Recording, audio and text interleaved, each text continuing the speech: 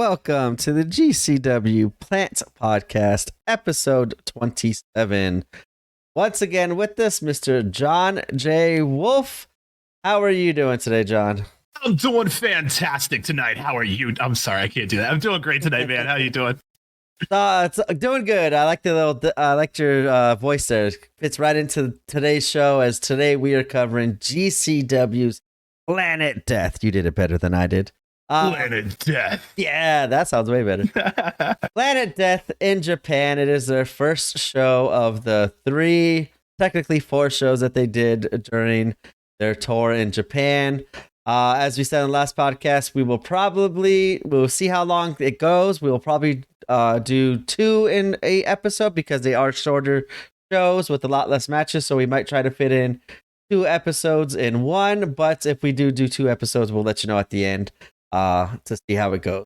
But this will start off a fun tour of Japan.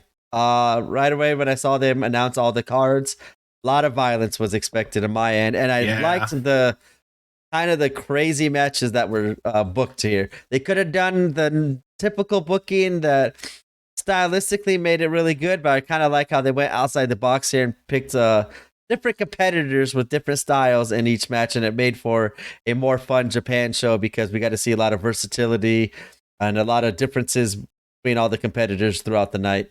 What was your pre-show thoughts before we covered GCW's Planet Death? Okay, so right from the opening, I had realized, and I think I want everyone to know who hasn't seen this, that's listening to us now, this was more of a Freedoms show. So you were seeing more of a Freedoms presentation. This wasn't a GCW crowd. This wasn't even a GCW ring. This is purely Freedoms. And you could see it even in the ring. The corners did not have turnbuckles as much as they had more or less the boxing pads. So I just wanted to get that out of the way. Even with the crowd was not cheer. They were not yelling. They were not standing. It was polite clapping. This was just how it is there. And I wanted to explain that ahead of time also, because that really takes a lot of the air out of the GCW show. And I did not realize how much that crowd mattered on TV even until we don't have them. Yeah, so I wanted to make that little statement beforehand because this is way different than GCW fans are used to. And these podcasts, when we're reviewing these shows, are going to feel a little different probably as well, because there was 0 commentary throughout the evenings or throughout all the shows. So there was no commentary. The crowd, obviously, they're still, I guess, at some places aren't allowed to cheer. So there was not really cheering, but there was a lot of clapping. And with there not being really any commentary and the way the matches were kind of set up, it was kind of just for fun, entertaining matchups for the fans in attendance and for us watching at home. For these cards, it's not really any storytelling or storylines that happen during these matches. So it's a lot of just what we're going to be covering is a lot of the in-ring action and maybe what possibilities we would like to see in the future. But for commentary, storyline purposes, there was not really much. So that's why these shows, we might be able to cover 2 in 1 because they are shorter and there just seems to be a lot less explaining to do because all the action was told in the ring. And we will start off our GCW Japan tour.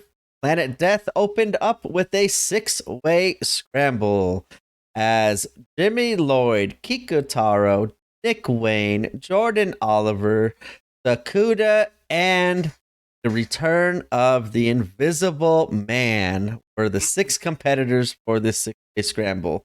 And I right away knew that as soon as I see Kikutaro and I saw the Invisible Man announced, I thought for sure this was going to be a comedy scramble, which it did start off that way, but had pretty good in-ring action for the short amount of time it was given. What was your thoughts on this match? So I was really surprised in retrospect to find out this was less than a 6-minute match. I'm really, really surprised. I think this is one of the shorter matches I may have reviewed in the podcast history.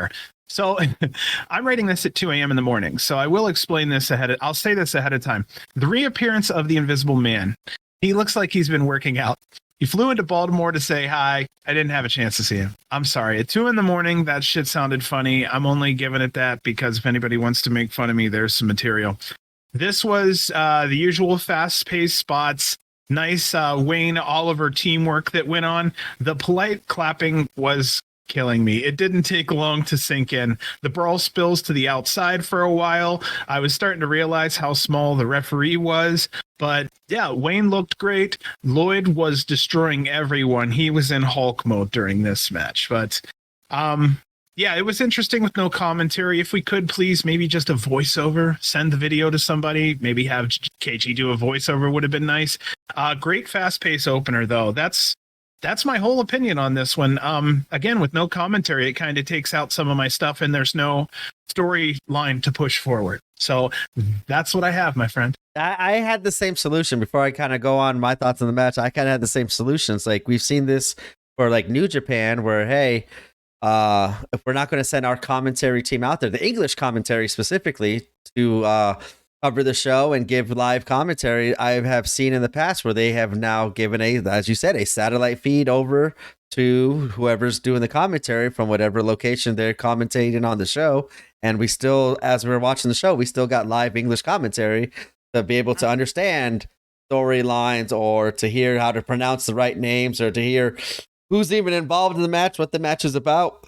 Because other than the ring announcer, who kind of just stayed on the outside anyway and did her ring announcing, it was just like all in-ring action, and it just really took away a lot of information that could have been pertinent for these matches or explanations. So that's why I just felt like, okay, after watching these, I just felt like, hey, I'm just watching good wrestling, and like watching it on mute with nothing being given, because a lot of these talents, we don't see that come over to the States. So they're really just enjoying kind of having a dream matchup on their land, because we won't be seeing probably much of a lot of these competitors in the US and GCW. Right. So they took advantage of that, which was cool to see. And yeah, for an opener and seeing Kikutaro and Invisible Man, I was like, I really wanted to hear what Kikutaro was saying. I could kind of understand it a little bit, but his character's funny. Like it's kind of grown on me. I didn't really like it at the beginning when I used to see him kind of a lot in Ring of Honor in Vegas. He doesn't seem to do a lot of the opening shows in Ring of Honor in Vegas. So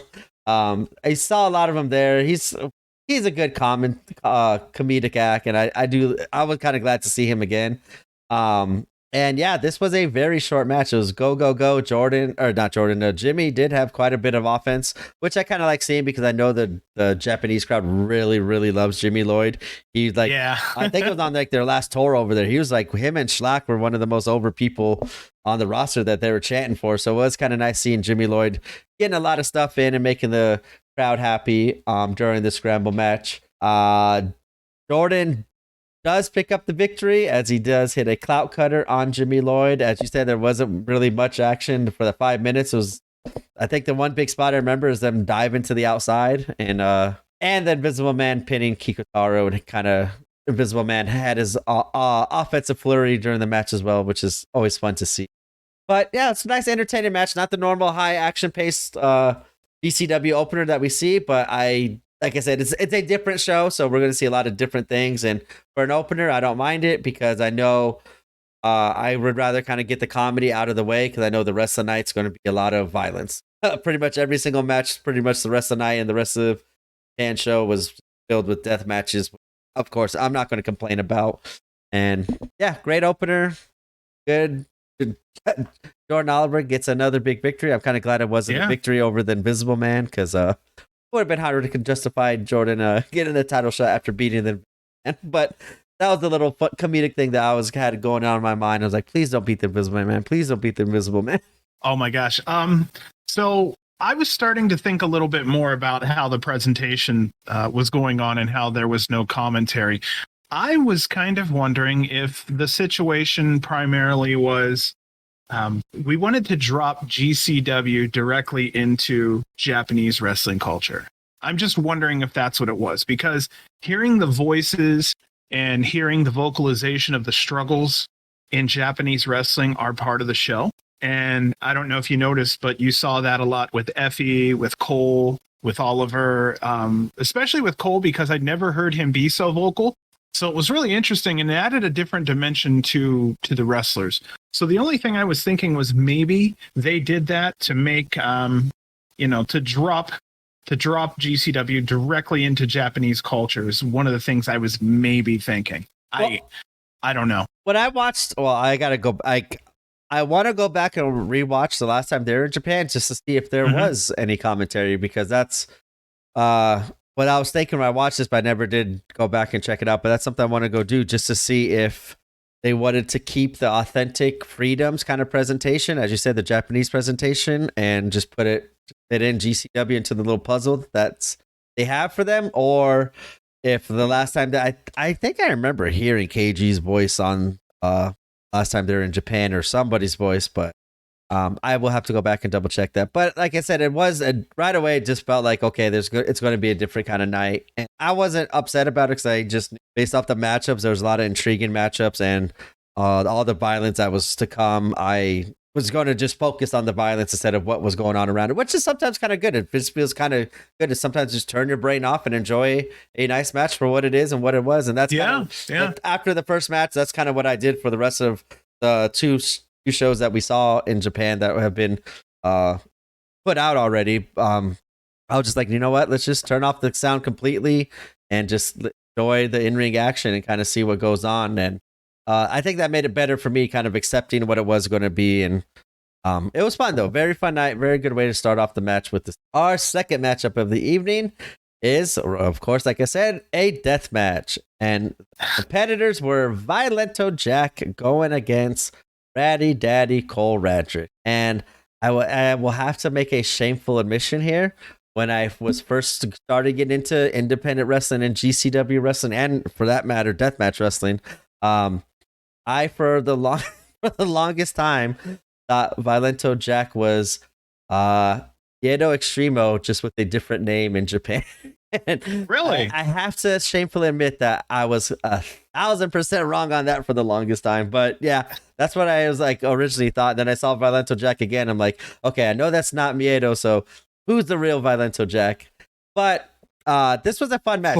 Like Superman. Like, you haven't seen him and Clark Kent in the same room, so maybe. I don't know. I don't. That's me not know. That's the ignorance of when I started going into GCW wrestling, independent wrestling, deathmatch wrestling. I was learning all the competitors' names, and that was like, I just always, every time I see Violento Jack, I always think of like, man, I was pretty dumb at that time. But it's all right. I was learning. It's always good to learn new things. This was a fun match. Like pretty much all these matches were nice and short, so they did fit a lot of violence into this short match, and seeing kind of Cole Radrick in a ECW ring in Japan kind of made me very happy to see that he earned their trust and got to go overseas with them and put on a great show for the Japanese fans. What was your thoughts on this match? Okay, so I'm starting to see that the norm may be Cole coming out with this high energy entrance. I really do like it. I think it adds to the excitement of what he does, and what he does is exciting. It's a fucking death match. This is my first time seeing Jack, and I really did like him a lot. He was a decently thick built guy, which is really nice because you're in there with a piece of meat. I rarely hear Cole verbally ever at all in a lot of the matches I've seen him in. And you could tell he studied the Japanese style of wrestling because you can see in the change up of his personal style when he wrestles. It's much more vocal. It's a little more animated towards the Japanese style of, they're very good with the surprise face and the open hands, and they do that a lot. So Jack really did make Cole look good, and I can't say that there was no lack of trying there. Neither men were really truly dominant. It was a back and forth, but even then, it's just Jack was doing so much to make Cole really look good. Okay, so a couple things that did go on in this match. A barbed wire wrapped chair was in there. Cole was slammed on it. It looked ugly. Another chair was brought in that had gusset plates attached to it. Cole gets his head pushed into him, and then Cole grabs a hold of Jack and pushes Jack's head into it. And then they end up taking their own heads and pushing their own heads into it.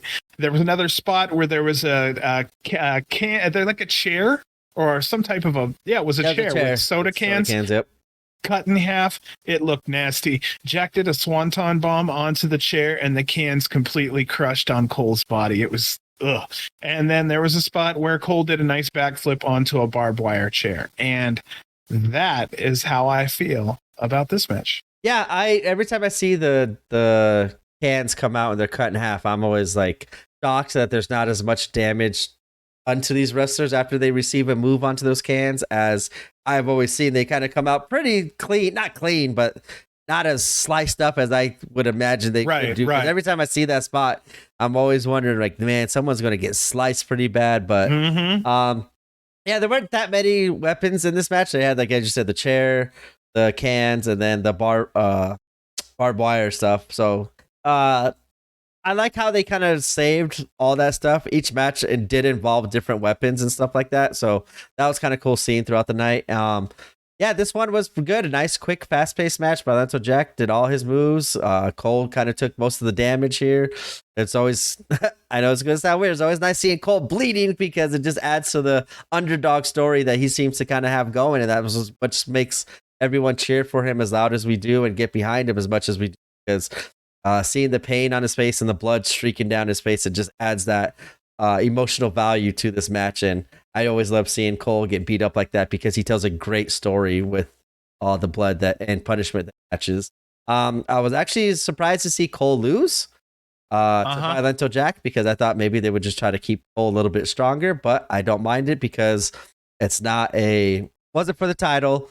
It was just a nice, fun death match, so I'm not too mad at Cole losing. And obviously, the Freedoms people got to get their wins too. It can't just be GCW dominant and everything. So I don't hate the move. I don't like it. I don't hate it. I don't mind it. I don't think it takes anything away from Cole's extreme run. I think if anything, it's gonna next time he crosses path with Violento Jack, maybe some comeuppance will be happening during the match. But fun match, good way to start off the first death match of the evening. And I thought it was cool that Jack went over there and said, "Let me teach you some Japanese," and then he basically said, "Whatever," and it means basically, "Please, one more time." And I thought that was fantastic. And in my notes, my last note here on this was that it's starting to sink in. Watching without a GCW like rabid fan base is really, really, really killing it for me and for some of the wrestlers. You can tell they don't have the fans to play off of. It's just not the same.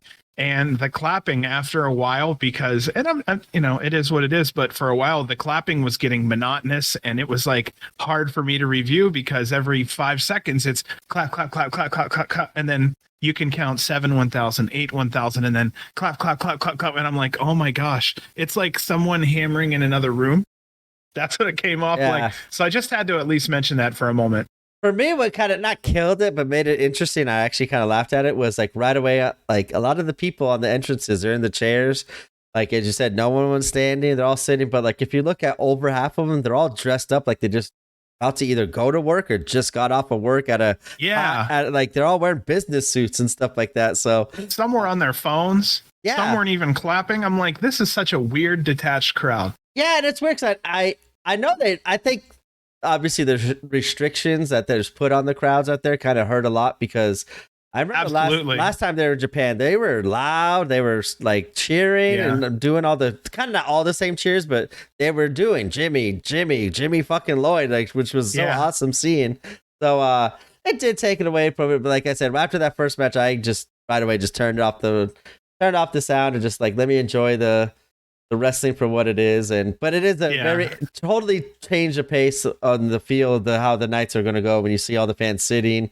You see a lot more business, formal dressed people, and stuff like that. So I always like the interesting differences in the different cultures and how the wrestling fans in different countries and stuff like that. I always like seeing how our wrestlers react to stuff like that. Because I've always heard like other wrestlers, when you're wrestling Japan, you're always like waiting for the big pop that you just did a crazy move.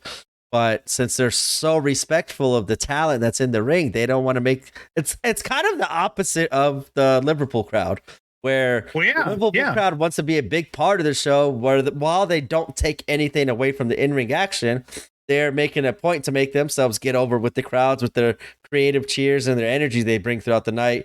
Where the Japan people are like, no, we're here to enjoy the wrestling. We don't want to take anything away from them. We're going to respect the wrestlers and let them tell their story and get behind them. But we don't want to cheer and do all these things that take away from what's happening in the ring. So I do know that for sure, because I saw pictures and everything else, that real fans are there. They were there for sure. And they waited so long to see GCW so that they can sit there and clap. I feel so bad for the real fans because those are brothers and sisters overseas. And, they probably sat there and went, man, I'm going to fucking clap as loud as I can because that's all they got to work with. I've come out of shows with my hands hurting from clapping. You have too, dude. We've had weekends. Yeah. Yeah. Fucking lose our voices on day one of a 3-day weekend. It's like shit. But yeah, I feel bad for the fans that did show up there that are the real fans that wanted to do so much more. So I wanted to say that because I'm sitting there thinking, I'm saying this about the fans, but honestly, there were so many fans decked out in GCW gear that we didn't see on screen, but we saw quite a few pictures on Patreon and other places that showed long ass lines of people decked out in GCW shit. So those are our brothers and sisters. It was really awesome to see them come out. But boy, were they fucking restricted. And I really wish they were allowed to just fucking let go. Yeah, that's what I was just about to say before we head into the next match, just because we were kind of talking about Cole Radrick since he was in this match. Cole posted pictures of the fans that brought stuff for him and to support him and stuff like that. He thought that was so crazy, and I still think it's so cool seeing, as you said, those Patreon pictures make this show feel way more not better, like our show, more like us. Yeah, those merch lines I saw were insane, and that kind of feels like when you first get to the GCW shows before the matches start. You see the insane GCW lines trying to get their merch from their favorite wrestlers in Japan. It was absolutely like that. But then, as you saw, that's where we got to see the GCW shirts, the GCW fan made items that they either gave to the wrestlers or held up throughout the night and stuff like that. So that was very cool seeing those pictures. I think that told a better story than if you just watch something. If you just watch this without knowing any of that stuff, you would be like, why did GCW do a show here? Because the fans aren't that into it. Doesn't feel like a GCW show. But those Patreon pictures did GCW way more service. It did the fans justice. Yeah, justice. But yeah, it was pretty fun seeing all those pictures on GCW Patreon. That will lead us to our third match of the evening as we have a return to the GCW ring. Yeah. Yes. Fucking Schlack. As Schlack makes his return into a GCW ring as he teams up with Effie to go against the team of Masaoka and Sasaki. And yeah, it was nice seeing Schlack in a GCW ring. That's the word I'm going to use. It is nice seeing him in a GCW ring. He, as crazy as he is, and just the look on him and everything, the Japanese crowd loves him. He is probably the most over GCW wrestler in Japan. And he's he brings an old school, more tatted up, and menacing kind of a Bruiser Brody to the Japanese ring is what I always see. Because when he comes out, you just see the awe that the Japanese fans have in their eyes because they're seeing this big old tatted up guy with mohawks who's unstable and is always putting bags over people's head and cutting himself up. He's just one of those monsters that looks like it fits in so good with the Japanese crowd. And I just love how they treat him as a big scary monster like that. Okay, so my turn. Yes. Schlack. I'm so happy to see Schlack back. He deserves to be in a GCW ring. I believe that's where he belongs. I believe GCW is where Schlack should stay. I am still realizing how much more vocal Japanese style wrestling is. All these things are kind of sinking in as the night's rolling on. So I kind of wanted to share them because I'm sure other people have these feelings too, but these feelings just aren't always shared. So I thought it was cool to go along with that because some of my feelings about, say, a Freedom show, I'll never feel that way again. I'll never have a first time again. So that, it's kind of cool. Daisuke? How would we like to say that? I don't want to be wrong, but the last time I seen that kind of that spelling it was pronounced Dice K for the Dice K, Red Sox, yeah. Yeah, okay. So yeah, I was looking at it. Dice K had cornrows. I thought that was that was just different. You don't see a Japanese wrestler with cornrows very often. I was noticing in this match that Effie was trying to force himself on his opponent a lot. That's kind of the thing he likes to do. So I'm realizing that via storyline, Effie is like Pepe Le Pew. Like he's always kind of doing his thing where he's over there, and I just hope he stays nice and safe with all that stuff out there. But yeah, I see that sometimes, and I go, man, I see him over there. It's like he's like Pepe Le Pew. He's like, hey, come here, more. Like it's so Looney Tunesy almost. So I mean, when it comes to that type of character, as long as he keeps that in that nice little box there where it's enjoyable, then I think he's got a great thing going there, because we don't see that as much as I know in wrestling. I think we saw it with Session Moth a little, but we don't have a lot of female wrestlers anymore that are like, oh, you know, you want me, and really use it in a match against a man, you know, or against their opponent. There was a couple spots here that were interesting. There was a barbed wire baseball bat directly into Schlack's chest. That was brutal. Yeah, that was bad. Effie is now twisting nipples and biting, and then Effie gets a wedgie and slapped on the ass. So like I said, this is Pepe Le Pew is what I kind of look at it as. Efe Le Pew, maybe. Effie has Sasaki and a tarantula, and I love the tarantula. I've noticed that ever since that really loose roped match, I think at Big Gay Brunch, he stopped doing the full tarantula. So now he only hooks his legs on the arms up top, and he lets the bottom kind of dangle. I noticed that because I've always been a big fan of that move. Sasaki saying GCF and W, like Japanese, and then GCF and W. I thought that was fantastic. It was a good match where the GCW guys were able to shine. So I was satisfied. This was a good middle of the show match. Yeah. When I was watching after these matches, I was always wondering, who's going to be coming over with Rena or Drew Parker or Takeda and stuff like that. I'm like, who's going to be the next Segura that comes over with the Japanese deathmatch wrestlers that get involved in these tournaments? And which one had the cornrows? You said it was Masaoka? Yes, yeah. Daisuke. Yeah, Daisuke. I'd really think I think he would fit in the deathmatch scene in GCW because he looks like the kind of like I always call Jun Kasai like the deathmatch version of Shinsuke Nakamura, just kind of off the look and the charisma and stuff like that. And with Masaoka, I was like, okay, he's the deathmatch version of Minoru Suzuki because of the look and the hair and stuff like that. So I wouldn't mind seeing him get some more run in a GCW ring to just kind of see more of him. But this was a fun, entertaining match. Slack, it is nice seeing him back in a GCW ring. Teaming with Effie as they pick up the victory. As Effie, as you said, had, I forgot who it was, in the Tarantula. Slack does the sit-down powerbomb onto Masaoka for the victory. And it was a fun. Nice seeing Slack back in the ring.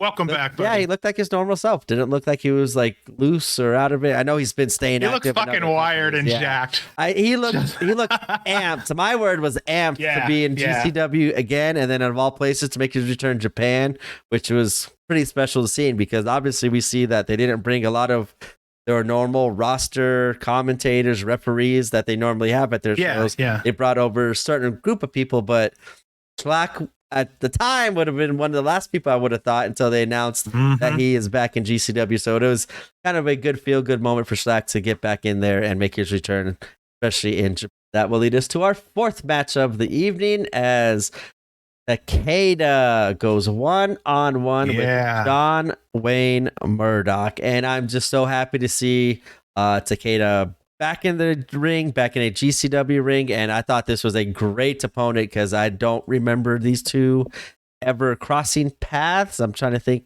real briefly of the last. Nope, because John Wayne Murdoch wasn't even in. So, this is a match that I was very much looking forward to see these two deathmatch kind of upper tier deathmatch wrestlers to go at it, and I had never seen it happen before, so I was pumped, and this match did not deliver. John Wayne Murdoch is back to his taking a lot of the punishment ways as he did in Liverpool. What was your thoughts on this match, John? Okay, so there was a lot going on here in 9.5 minutes. So I have an incredible amount of bullet points, and I'm going to swing through these so people can understand the amount of violence that went on 9.5 minutes here. So before this match even starts, out come gussets, a ladder, chairs, and a bunch of light tubes. Light tubes are swinging as the beginning bell is ringing. I didn't mean that. It just ended up sounding so wonderful. I had to say it. Double gussets in each other's heads. Both are bleeding. John Wayne Murdoch is busted good in the first 2 minutes. Murdoch is then stabbed with scissors. Murdoch was then made to bite a light tube and then kicked in the back of the head. Murdoch was thrown on a board of forks. Light tube dust, the old spooky dust, was freaking everywhere. Takeda on top of a ladder, swanton dive off the top onto light tubes placed on Murdoch's chest. Murdoch was taking all the damage, was the note I put at that point. I think everybody else can kind of figure that out. Murdoch finally gets a little offense in with a Canadian destroyer on Takeda onto the fork board. Takeda decides he was going to gusset his own head because he wasn't bleeding enough, and I think that's fair in a death match.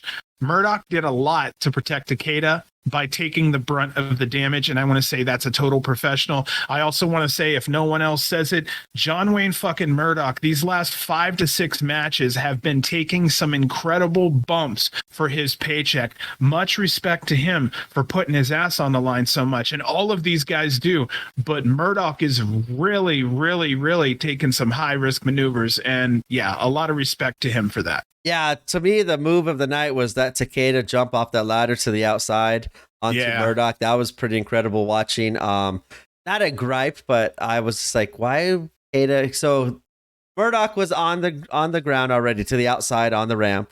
And then Takeda threw a bunch of chairs on him, which I thought would have been enough. But then he threw some light tubes on the chairs. I'm like, the light tubes aren't going to get to John Wayne Murdoch. Right. It's going to hurt you. But as you said, it could be Takeda saying like, hey, I'm about to make you bleed, but I'll make myself bleed. Like the old Alex Colon. Yeah. 2 for you, 1 for me. 2 for you, 1 for me. So that was the only thing. I was like, why did he put light tubes on top? But whatever. I'm not going to dive into it. It was a very nice visual, seeing the glass explode coming from the ladder.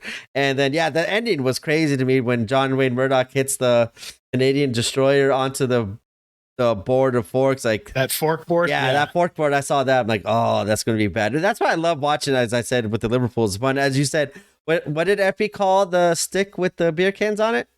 That was a kendo stick. Yeah. Seeing all the inventive weapons like that and seeing the not so normal fuckery that we normally see in a GCW ring always makes my anxiety go up, because yes, I want to see the violence, but I also want, like, hey, make sure you're good to wrestle tomorrow night and stuff like that too. But while you're doing that, give me the violence. And this was a very violent match. John Wayne Murdoch, he's definitely stepping up, taking the punishment, but having these great matches with these Japanese people or the people in the Liverpool area. So I like seeing John Wayne Murdoch getting these bigger name matches, because he's, over the last 2-3 years, he's like the Iron Man of deathmatch wrestling all the time and wrestling so much. So it's kind of nice seeing him getting these bigger names to kind of show off his craft and how much he's been getting better at it and proven to the world that he's one of the top deathmatch wrestlers now, not just in the US, but in the world. So very nice seeing John Wayne Murdoch's hard work paying off. And like I said, Takeda, so awesome, and seeing a professional, as you said, work like that, because Takeda is one of the great deathmatch wrestlers that I don't think it's recognized enough as much as he should. Yes. But seeing him back in the ring, and after everything he's been through earlier this year, it's always nice to see him kind of overcome that adversity and make an appearance for GCW. And I just want to make that note, because I don't take seeing non-regulars wrestle, I don't take for granted what I'm witnessing, because we might not see it again for whatever reasons. Like we almost didn't see Takeda because he retired for a little bit, as you mentioned in your notes there. So it is kind of nice seeing him back in, and that ending when he dropped John Wayne Murdoch onto that same damn fork board too was kind of insane. Brutal. That was like right on his head and neck too, so that was pretty bad. But like I said, like not much, no commentary or nothing. It's just all the crazy action and the fun happened in the ring, and it's been a nice change of pace. A lot shorter death matches, but still being just as violent as if it would have been if it was drawn out. So I do like seeing the two different pacings death matches that they've been kind of using or experimenting with, and it's been fun to see. So I definitely didn't mind a 9-minute match between these two. Same thing. If it was 20, I wouldn't mind seeing that either. So love seeing, though, two very good death matches on the top of their game going one-on-one against each other, and it delivered. That will lead us into, as weird as it sounds, our co-main events of the evening already, the 5th matchup of the night. as the GCW Ultraviolence title is on the line as the champion Rina Yamashita defends the Ultraviolet title against one of these fun, interesting matches. Lance Warner. Fuck and yeah, this was another one. I'm like, yes, I want to see these two go at it. I just want to see Rina kind of. I've seen like Lance Warner kind of not take liberties, but when he had his match with Alley Catch, it was pretty brutal. How he just beat the shit out of Alley Catch like over a year ago, maybe 2 years ago, when Alley Catch was just starting in GCW. But I just remember the ass whooping that Mance was giving her, and I saw Rina. I was like, good, this is Rina's time to say, nope, you ain't gonna do that to me. I'm gonna kick your ass with all these weapons. And I loved this match. I loved just them two just even being announced against each other. And for the Ultraviolet title, I thought this was going to be fantastic. I actually was getting a little not worried. I wouldn't mind if Mance Warner would be the Ultraviolet title, but I was wondering if this is how they're going to kind of bring that title back to the US of having her drop it to Mance Warner. That was a thought that was going through my head throughout this match. So like every near fall or every count, I was like, oh, like on the edge of my seat. Is this the time Mance is going to win? What was your thoughts on this match? Okay, so this is going to be one of those death matches, I'm telling everybody right now, where I'm going to kind of run down minute by minute. And I didn't know this was going to happen this way until I got about 4 minutes in, and I realized I think I need to start banging these out. And one of the reasons why I decided also to bang these out was because there was such a variety of weapons and offense used in this match. It only made sense to kind of describe them all because they work so hard to use them. It only makes sense to, give them justice for those. So the first thing I noticed was Rina was very vocal. It was that Japanese style. I've never heard her really use that before. Every now and then, maybe a scream over in GCW and on our coast. But yeah, that was really nice to see. It was just different. It was more her style and less her trying to do the American, adaptation. So here we go. All right. Minute 1, light tubes to both. Minute 2, skewers to Mance, chair to Mance. Minute 3, board with barbed wire on Rina. Minute 4, barbed wire cutting Rina's head, and a cheese grater was involved. Minute 5, Rina beaten with a chair. Minute 6, another barbed wire board comes out in use. Minute 7, Rina dropping herself onto light tubes. That's one of her favorite spots. I love it. Minute 8, Mance suplexed from top rope onto barbed wire board. I guess that would be a superplex, avalanche suplex. Minute 9, Rina wraps herself in barbed wire and they bust light tubes on each other. Minute 10, we're getting close to the finish here. Clutch the nuts, coochie clutch. Mance fails. Our winner, Rina Yamashita, dropped Mance onto a bunch of chairs with light tubes and barbed wire, etc. This fucking match had a lot of violence. I 100% enjoyed it. That was absolutely wonderful. I didn't even think about the fact that this could have been the night that Rina turns that belt over. I didn't even think about that dimension. That's so crazy. Oh man, yeah, that could have happened, dude. Yeah, that's why I was kind of just keeping an eye out on it because I didn't know what the plans were, if she's coming back to the States with them for NGI coming up here soon, or maybe they just wanted to get the belt on Mance. I just thought there was a lot of possibilities here, which always makes the matches a lot more fun because you don't know what's going to happen with the ending and stuff like that. So, yeah, Mance is liking these light tubes a little bit too much, man. He is swinging these things like he is chopping wood or swinging a baseball bat. Like he is following through with these, and I like seeing him getting even more violent. 'Cause normally with him, I kind of describe that as the extreme title where he'll do chairs and doors and all this other stuff. But like these last few months that he's been wrestling, we've seen him now using way more light tubes and on all that other stuff. So he's bumping up the violence on his end, and it's kind of nice seeing, even though I don't think he needs to go that deep into it at this stage in his career and like kind of how he's being portrayed right now. I don't think he needs to go that violent, but when the situation calls for it, he is more than willing to step up and do it. And this was a great match. This was fun. And I think for me, what made it so much more fun was both of their facial reactions to everything. Like Rina's facial reactions are top of the line. Mance Warner, when he got kicked Yamashita, and Yamashita did the whole Matrix kind of falling over.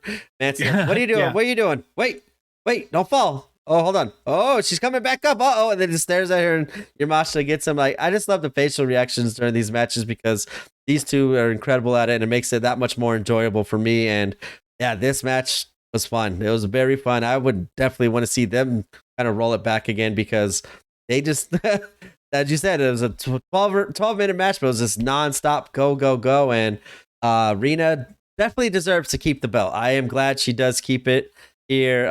She does beat Mance Warner. I do like to kind of see her defend it a little bit more in the States because she really just won it and then I think left the next day. Or maybe she defended it the next day and then left. But I want to see more of Rena defending the ultraviolet belt here in the States. Against maybe now going through the SGC. I want to see her against Matthew Justice now and see what happens in those kind of matches. But very, very, very fun match. Lead us into our main event of the evening. And in our main event of the evening, it is a 3-way death match as Drew Parker goes against Alex Colon. And instead of them going one-on-one, this time we are adding Toro Segura. And it is very nice seeing Segura back in a GCW ring. I am a big fan of his during the TOS run that he had.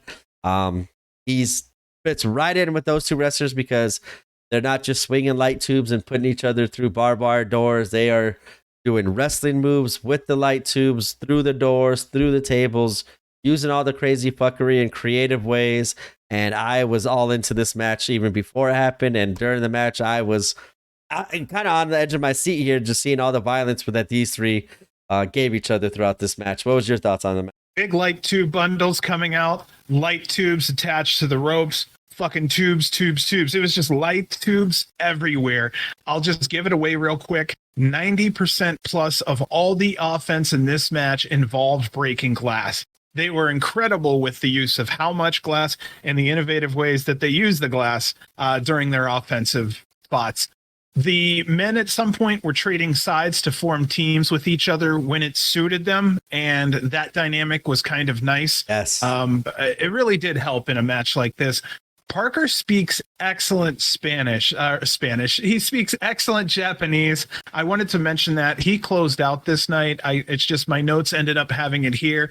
He was very vocal in this match, so I wanted to make sure that was covered. There was a ton of glass everywhere. You had a whole team of people working to remove glass so that these guys wouldn't hurt themselves further. Mostly this stayed in the ring. There was a whole shitload going on for the time that had passed here. This one is honestly better seen than described. Better seen than described. And yeah, I highly agree with you just because of the lack of commentary and stuff like that.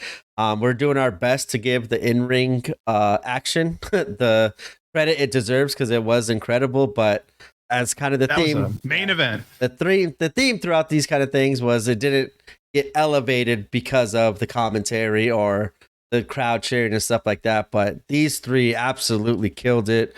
I expected, as you said, a great match, and it was even better than what I expected because they don't just do the same moves and do the same stuff and have the same matches that they've had before. They just always find ways to be innovative and do different moves or call back to a spot where, hey, it worked last time, but this time it got countered because I learned from the last time. Or last time I tried this move, it didn't work that night, but tonight it worked because I found a way to trick you and get you into that move and stuff like that. So I thought there was a lot of storyline being told throughout this match, and not storylines, but like the story of who wants to win this match was greatly told throughout this match because, like I said, all three competitors are excellent wrestlers, and then you just incorporate the violence and the deathmatch setting into it. It just makes that, to me, the violence just enhances the match and makes it more fun. And this was incredible. Drew Parker, please, somehow, some way, just start touring with GCW all the time because I think, no pun intended, but I think he could be a game changer in quality, being on every single show and the run that he could go on with these matches and the fans clamoring to see him a lot more. I think Drew Parker could be one of these people we could attach that belt to, and he could kind of carry us into as I said, it's been a while since I said this, but into a new era of GCW. Yeah. So I think he'd be a great face to kind of lead us into the new era. But the darts though. I love it when he plays 301. no. I don't know, man. They always just bust out the darts and they're playing 301. First one to 301. I love the darts scene. I love the darts and stuff like that. I think in the UK, the Liverpool show we covered, there was like one where he threw it at John Wayne Murdoch. It didn't stick, but you see John Wayne kind of like steal it because he felt it, but it didn't stick in his skin. And Drew's like, hold on, big fella. I got to do it again. You ain't done yet. I got to redo this one. So I love everything that Drew does. I think he is one of these, like, I don't want to say generational talents, but for death matches, I think he is a generational deathmatch wrestler because he's just so good at everything he does and he's so fearless and he's incredible to watch. And he's still so young that there's a bright future that he could be told. And I would like for him to tell that future in a GCW ring. So hopefully we'll get that sometime here soon. And our winner for the match, Drew Parker, as he hits this swanton dive on Segura to pick up the victory. Yeah, incredible match. I highly suggest, like, I know I always suggest buy these shows, but to get the full effect and to see how really good these matches were, because like I said, we're trying our best here with to add in some what happened during the match while making it why it's relevant, stuff like that. These cards were very action paced. They had great matches and a lot of violence. So if you're kind of got the itch to see a lot of people bleed and put on incredible matches, please go check these shows out because they were definitely good. And we haven't even watched the third one yet. The third one's just being released today, so I want to see what happens in the third one because after these first two, they were incredible and just so violent, and I loved it. It was a nice change of pace. So no announcing really was a bummer. I'm just saying kind of the obvious. And it's probably maybe one of the last times I may mention it in the reviews. I'll probably mention it once or twice in each just because I'm a fucking whiner and I need to explain, because I have to review it. It's like I watch it once, then I watched a second time, and that second time I'm tearing it apart in pieces and there's pause and go and pause.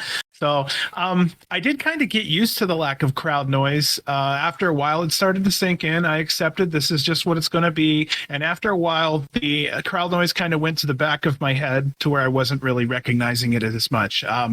But it wasn't my style, and that's okay. I'm sure for the real freaking GCW fans that were in attendance, it was not their style either. So again, I don't know better, but they are our brothers and sisters who really love this shit too. So I'm with you guys. But Parker sends home everybody in a wonderful Japanese that I have never heard before out of him until that night. And honestly, he put a lot of work into it. It sounds great. And good for him because I am 100% sure learning Japanese is not easy. Oh my God. Yeah. I want to spend like a month and probably 2 or 3 months actually in Japan. Like that's kind of like one place I really want to go. It's just how incredible Japan is with all that stuff. It's clean. Yeah. And I just want to go explore everything. I'd probably go to a lot of wrestling matches, so I could probably still do that here, but I would still just want to go to Japan and just check it out, everything, because it looks so fun. But the one thing that always kind of is like stopping me, not just the money, but like, oh shit, I got to learn all these Japanese stuff, or just enough to kind of get me through without having a horrible trip. But there's that long flight too. That long flight is I never been on a flight that long too. Yeah, that's another thing. But just to kind of go back, like I like how we see like these. I'm not going to say American because Drew Parker is American, but the foreign wrestlers, the gaijin they call them, learning the Japanese language, because I think that's what added so much more love to, let's say, Kenny Omega went out there, embraced the culture, put on great matches, become a great wrestler, put on great shows, and he learned the language to cut promos in Japanese, where I think they took that and like, holy shit, he's one of ours now. We love him. He is one of our Japanese wrestlers. And I think the same thing can be said for Drew Parker, because he's kind of doing the same exact thing. He's super talented, where he could be making lots of money out here, but he wants to go out there, learn the craft, how they do it their way. He's went through the trials and tribulations out there in Japan. He's learning it. He's learning their language. Always like willing to him and like Rena. I just love those two together because they just seem like I don't even know. They just seem like a couple, but it's like, it just seems like a cool couple that just wants to have lots of violence, but Drew is like learning the Japanese stuff. When Rena was out here in Vegas, I saw a lot of her at all these shows when she wasn't wrestling, and you can just see how much fun she was having out here in America and embracing our culture for that short of time. So I think Drew Parker's one of these people where I hope he's ready to come over here soon. Hope we're ready. GCW's ready to give him the money that he might ask for, because he's one of these talents. If we let him slip through our hands, I think we're going to be kicking ourselves that we didn't have a lot more Drew Parker in GCW as much as we should have and could have. 24 years old. Oh my God, that's okay. So he must have been like 19 when I saw this match, or 20, because I saw a match when he was still not cut. He was still looked like a regular wrestler with no clean body, no scars, but he looked like a rocker, not like rock, like a Marty Jannetty or Shawn Michaels, but doing a death match with a bunch of deathmatch people. I'm like, how does he fit in here? And then he went right away into there doing crazy shit. I'm like, oh, he's one of these people. He just loves to do it, even though he might not need to do the deathmatch style. He just loves to do it and enjoys it. So go for it and kill it. Be happy. But that's such a young age. Man, GCW's got so much talent they could use. It's so incredible and so fun watching them when they do use it. It's just been fun to watch. And this is another one of these shows and moments where it feels good to just be a GCW fan. Wasn't the typical GCW show we usually watch, but if they don't have the violence, they make up for it with the lucha, the storytelling, the great action. If they have a lot of violence, they will sit here and give you a cool little scramble that will make your head explode because of all the crazy moves. I just love how whatever they might not be giving you one thing that night, they will absolutely make up for it in another sort of wrestling style that you will enjoy, or the fans enjoy. So I am enjoying the GCW run lately, and it's been very fun to watch all the different styles of venues, the different styles of matches in the UK, them coming back home and enjoying being back home and getting the love back home. It's just been fun that run they've been on, and I'm glad that I've been watching it and being a part of it, just watching and enjoying as a fan. And that will lead us into our memorable moments of GCW's Planet Death. John, I'll let you go ahead and go because I have very short ones here. Fair enough. All right. It's nice to not see the Invisible Man back again. I didn't think. Yeah, I know they just get fucking drier and drier. Seeing Cole change styles in a Japanese wrestling style, I thought was fantastic. You're laughing, it's making me laughing. Takeda out of retirement, I thought that was fantastic to see. Murdoch taking another fucking classic beating, I thought was worth mentioning. Rena and Mance and the violence involved between that was just amazing. The clutch versus the clutch between those two was just fantastic. Worlds were shaking in my head. I just wow. The main event was good. It was a fantastic amount of glass. This was different than American style. It was enjoyable to see all the difference in these shows. And unless I'm sure it was on purpose, but next time, just for us, and this is just personal opinion, get a damn voiceover. It could have even been us. All it is this. All this is this. You send me a file. All it is a file. You send it to the person. They play the file and do voiceover. You send it back, and boop, and it's done. In the 7 days, it could have been done. But again, maybe that wasn't the intention, and maybe I'm being ignorant, and I 100% probably am. That's what I was just about to say with you. That's where I kind of agree. Like it wasn't like we watched these live, because obviously the time differences be at 2 a.m. So they were smart enough to at least not do that. But they did, like, these shows were like last Friday, Thursday, Friday, Saturday. We didn't get these posted until Monday, Tuesday, Wednesday, or Monday, Tuesday, Friday coming up. So there was time in between where once I saw that they wasn't live, because I was actually ready to watch it live. I was like, where's it at? And then let's do it. Yeah, they announced it like, hey, it's going to be, this show's on whatever date it was, but we're going to show it 3 days later. I thought they did that to get the commentary. You have maybe spicing up the presentation or the graphics, and then add the commentary to it, make it all make sense. Because we've seen other kind of wrestling companies do that, where they just want to put on the show live for the fans, but then go and add their awesome, incredible production to the show to make it look better, come across TV way better. and then that's why they make you wait a week to add all that stuff in, and then they will put it out there with all the updated commentary, the graphics, the presentation. But yeah, we didn't get that this one, which is, like I said, it's fine. It is different. Yeah, my memorable moments was seeing what's it called? John Wayne Murdoch in there with Takeda. That was awesome. That's kind of like on the short list of dream death matches I've been kind of thinking about once I saw that they were going to Japan. I was like, oh, I hope Takeda's back. And then, oh, who can Takeda go against? Well, I've kind of already seen him against Alex Colon. I've seen him against Drew Parker. Like, who's another wrestler that we haven't really seen him go against? And John Wayne Murdoch was a perfect opponent for him. So it was nice seeing that part of the night. Seeing Schlack back in the ring. It is nice seeing Schlack back in the ring. Nice, not surprised there because we knew he had to going in, but nice seeing him though back in the ring. Mance Warner getting the chance at the Ultraviolet title, but Rena exerting her dominance and holds on to the Ultraviolet match or title. That was a fun match, and yeah, the main event was the match for me for the night because all three competitors hit every box that I'd like to really see in deathmatch wrestling. And yeah, they put on a performance that I can't complain. It was a very fun night of GCW Split Death. Split it death. And we will move on in, and we will actually cover 2 shows in one in this episode. And the next show that we are covering from the Japan tour from GCW is GCW's Dead on Up, and it opens up for the first match of the evening. Is a 6-man tag match between Strong Hearts, Thema, El Lindemann, and T-Hawk going against the team of Jordan Oliver, Nick Wayne, and Joey Janela. What were your thoughts going into this card, John, after watching night 1?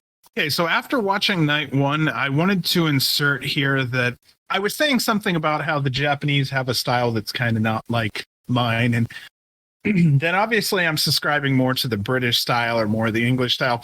I'm realizing my style really is a British American blend style because I honestly cannot yell for that long. Otherwise I could, but yeah, I just can't do it for that long, man. GLEAT. I don't know what that is, but the Strong Hearts had the GLEAT stuff. What was that about? It's a promotion. It's kind of like their nickname for a promotion that's out there. Added up there because I've seen that word a lot. I actually looked it up. Actually, during the show, I looked it up here. Let me see. But it's supposed to be like great, but they put like the G, and instead of the R, they put the L, and the L stands for like the company that owns the wrestling company, kind of thing. Oh, like okay. It's another company. So yeah, it's as far as I know, play on words. I could be completely wrong because I've seen it used outside of wrestling too, and like rugby and stuff like that. From this one ring announcer I know. He does a lot of rugby and stuff, so I know he's always using. I see the word GLEAT all the time. So I actually, like, when I did my research, from what I realized for the wrestling term of it is how they were using it here could be their promotion. That, like I said, it's a mix. It's a kind of a mix of words, kind of combined into. Well, what I have realized about the talking portion that we were kind of discussing there just a second ago was that I like the part where you can hear the wrestlers shit talking each other. I do like that. We can hear it so much better. And the other thing I can say that I kind of like, because I felt like I was kind of saying everything bad, and the whole Japanese stuff, nothing is bad. It's just different from what I may like. Yeah, the shit talking is fun, but it almost lets your wrestler speak more. So it creates a more personal, you get to know the performer. You get to know the character better. Yeah, so I do like that portion of this style of watching wrestling. Wayne was fast enough, given the late injury that he had in this match. And the whole time they're beating on Wayne and Janela, you can hear him yell, he's only 17 years old, which was fantastic. T-Hawk, I had to give him credit for having the darkest tan of the night. I'm guessing he might be some type of a bodybuilder initially because he has the tan and body of someone who's getting ready to go into competition in the next week or two. So maybe, I don't know. But Jordan was working hard through this. A few times, all 6 men kind of got into a brawl. There was a lot of fantastic triple team moves that happened in this one. This became a good opener about halfway through when the rules fell apart. And I'm usually the type of person that loves tag rules. I love to see when there's adherence. But in this match, they were adhering to it for quite a while. But then I think they realized it would just be a hell of a lot more exciting. And then all hell broke loose. And I'm really happy it did, because you got to see the tag rules, then you got to see the breakdown, and you got to see which one was more exciting. But everybody got a little something. And yeah, man, only 9.5 minutes, but it was a great opener. Yeah, this was fun. Before I head into my thoughts on the match, I did want to bring up, because I know it's something we have both talked about, and that is Jordan and Nick Wayne. Their first time they've had matching outfits for the match, matching tights. Yeah, it is this. They did use a lot of the Jordan's logo, but they did incorporate Nick Wayne's little heart onto the backside of their pants. So I didn't like how they wore the same colors. It was the same outfit, same design, and same logos, except instead of on Jordan's, his said Jordan. On Nick's, it said Nick. So I very much like that, because it's now, to me, solidifying them as taking this next step to becoming a legit tag team, because I think they've been incredible as a tag team. So seeing this, and something that we've kind of been asking for and talking about, which was very cool seeing it. And their tag moves throughout this match was always perfect, just like how they've been. It's their chemistry as a tag team, as short time that they have been, it's been incredible watching them just gel together. And I think Joey Janela added a different element to this team, because he seemed to fit right in. He seemed to let Jordan and Nick do their own thing, but kind of come across as cohesive, and as a team representing GCW, he just inserted himself and did moves as Jordan and Nick just finished theirs. So that was cool of Joey to kind of let them kind of get the shine, and he decided to fit in instead of telling everybody what to do and having them fit in around him. So that was very awesome seeing Joey do. And Strong Hearts, it's been a while since I've seen Strong Hearts. I haven't seen them since I want to say the AEW days. They were like on the first show. They had way back, like some of the first earliest shit, right? First the Double or Nothing. Yeah, the first Double or Nothing. They were on there.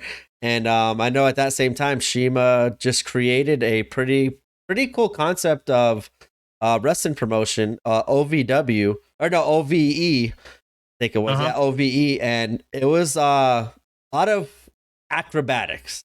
It gave Jim Cornette a heart attack in 2 seconds. That is for sure. But the pacing, the style of the matches, and the cool, like how they taped it all and stuff like that, it looks cool. It looked very scripted, which is, if you are into that or not into that kind of stuff, you're not going to like it. But I really liked how they put the matches and moves together. It was very cool concept of a outside the box wrestling company. I don't know if they're still, I highly doubt they're still around, but I know they were hot on there for a little minute. I remember watching them on their Twitch channel for free.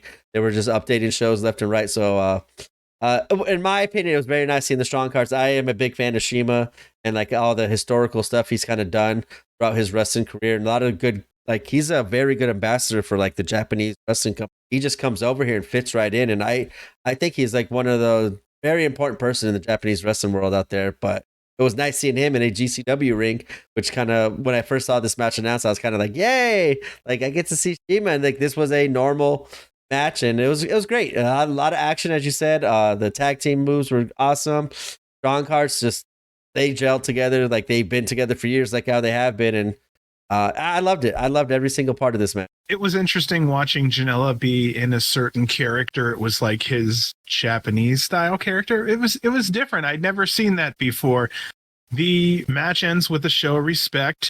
The Strong Hearts had a quick roll up on Wayne, and the Strong Hearts basically ended posing for the fans. It was really interesting how the GCW guys exited the ring so the Strong Hearts could do their thing. So again, too, that was a win for their company. So can't really complain about that. But Jordan and Wayne as a team, for me, when I watch them, they come off as serious. And Janela kind of brought that comedy. So I thought that was it made a nice blend to where the team had a little bit of everything there.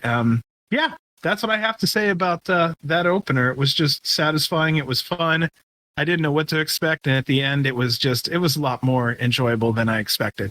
Yeah, I was kind of hoping for their first match, having matching outfits and everything, that Jordan and Nick would get the win, but I don't mind it because, like I said, it's out there. It's didn't really hurt their GCW run at all. It got to show the Japanese crowd of, hey, look at this young tag team that we got coming up here. And we just held our own against your, like, they're not legends. I always want to go, but more experienced talent in Strong Card. So I thought that was a good coming out party kind of for Oliver and Nick Wayne, because the Strong Cards are a staple out there in Japan, and for them to hold their own and do like I loved how they did the double moonsault with I think it was Joey. No, they did a double moonsault. Nick Wayne did the swanton to them out there. I just really think that these two teams very much meshed well together, and it showed. And I don't mind the Strong Cards picking up a victory because, like I said, I don't think it's going to hurt Oliver and Nick in the long run. But it was a fun match. Very fun way to open W's Dead on it. That will lead us into the second match of the evening, where I had a lot of question marks, exclamation points. My brain was going, what is this match going to? And it is a tag team match between Masato Tanaka. Awesome seeing him back in a ring, especially in GCW.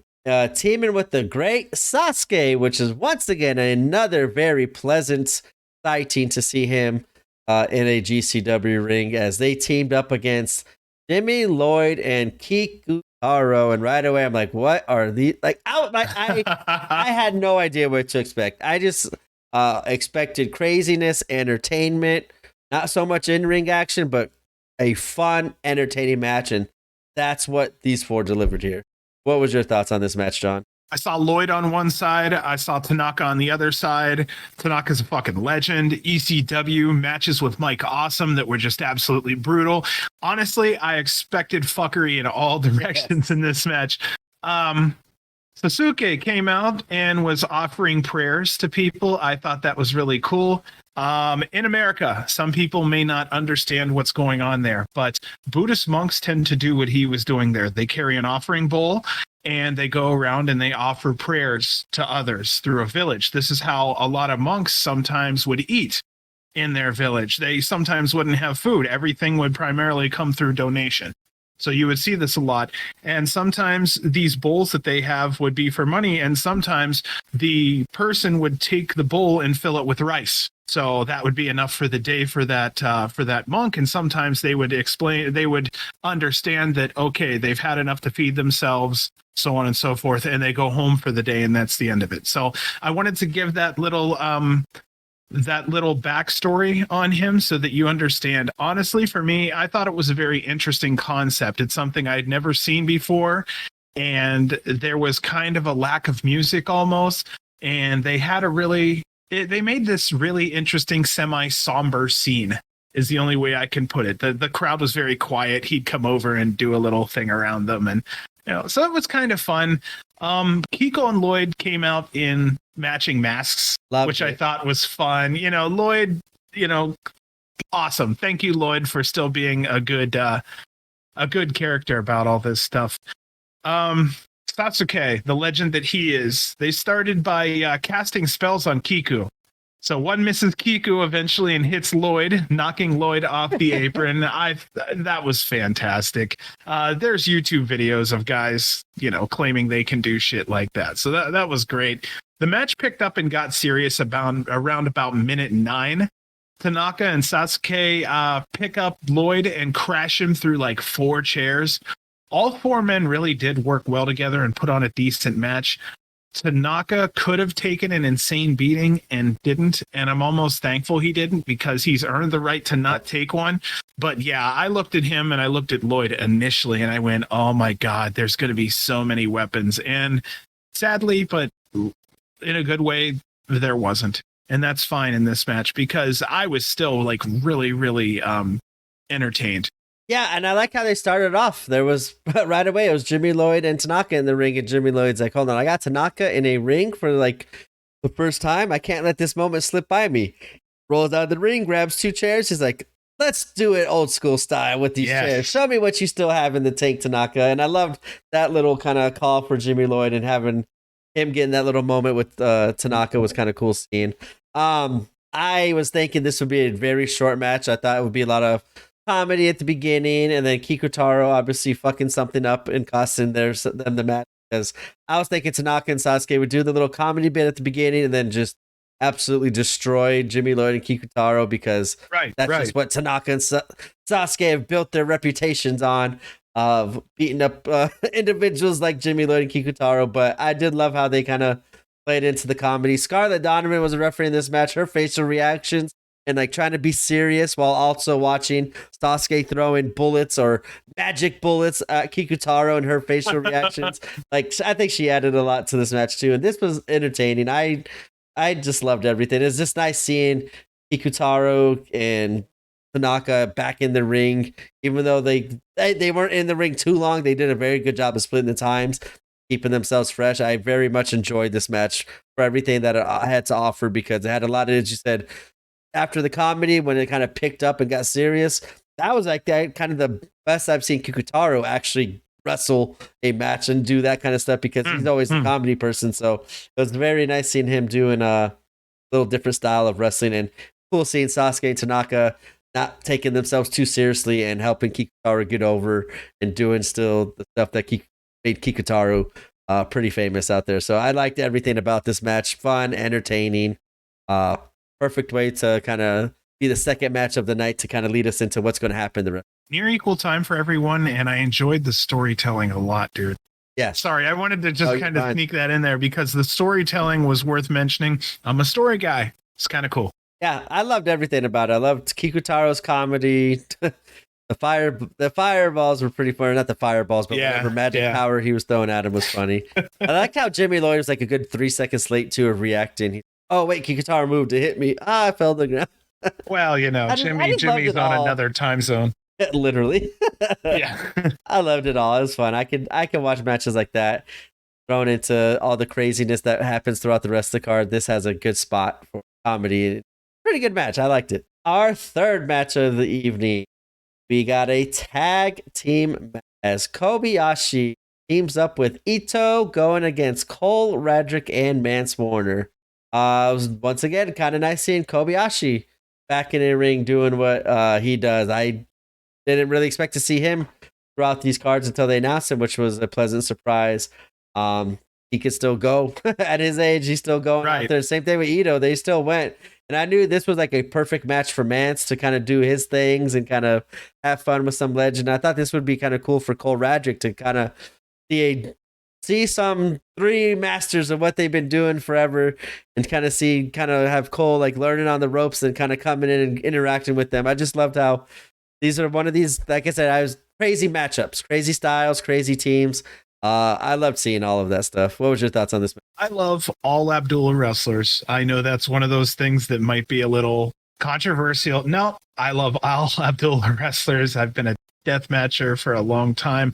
Abdullah was one of the people, one of the original Abdullahs was some of the first people I ever got to watch make people bleed. The second would probably have been Ric Flair. Ito and Mance slapped the shit out of each other in the beginning. And I mean, it's heavy and it's for quite a while. And I didn't know towards the end of those slaps if it was because Ito didn't want to be the first one to give up or what it was. But they had a little stiff slap off in the beginning. And I had to mention it, though. Abdullah takes off shirt and he bounces his boobs, which was fantastic. So Ratty has to answer. He tries to Hulk out, which of course he does.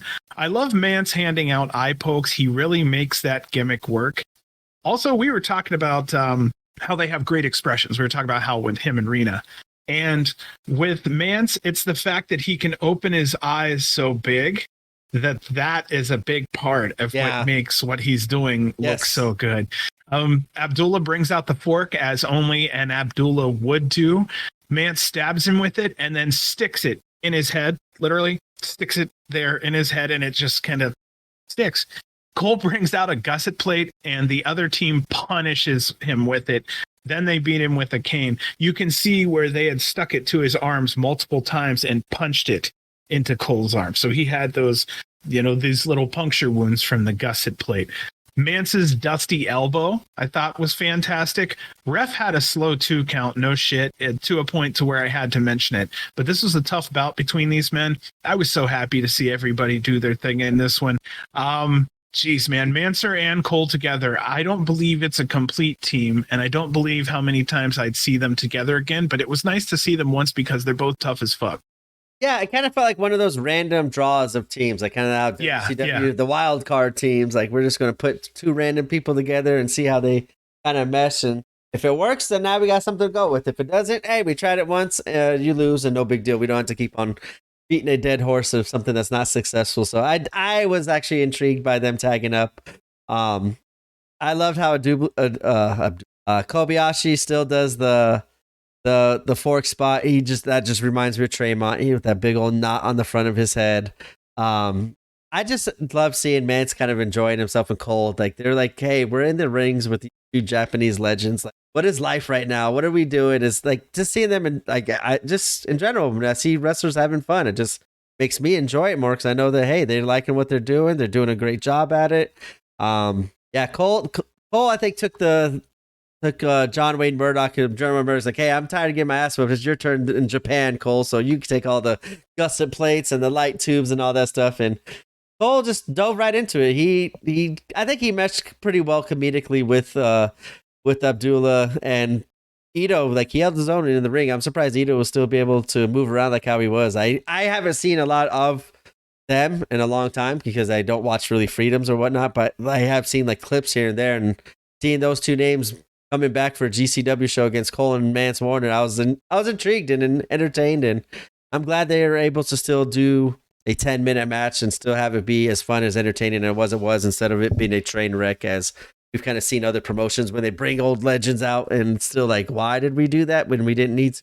These two can still go and put on a fun match, a nice, entertaining, fun match. So did we announce the winner on this one or no? I'm sorry. No, we have not. Okay, so our winner on this one ended up being Kobayashi and Ito.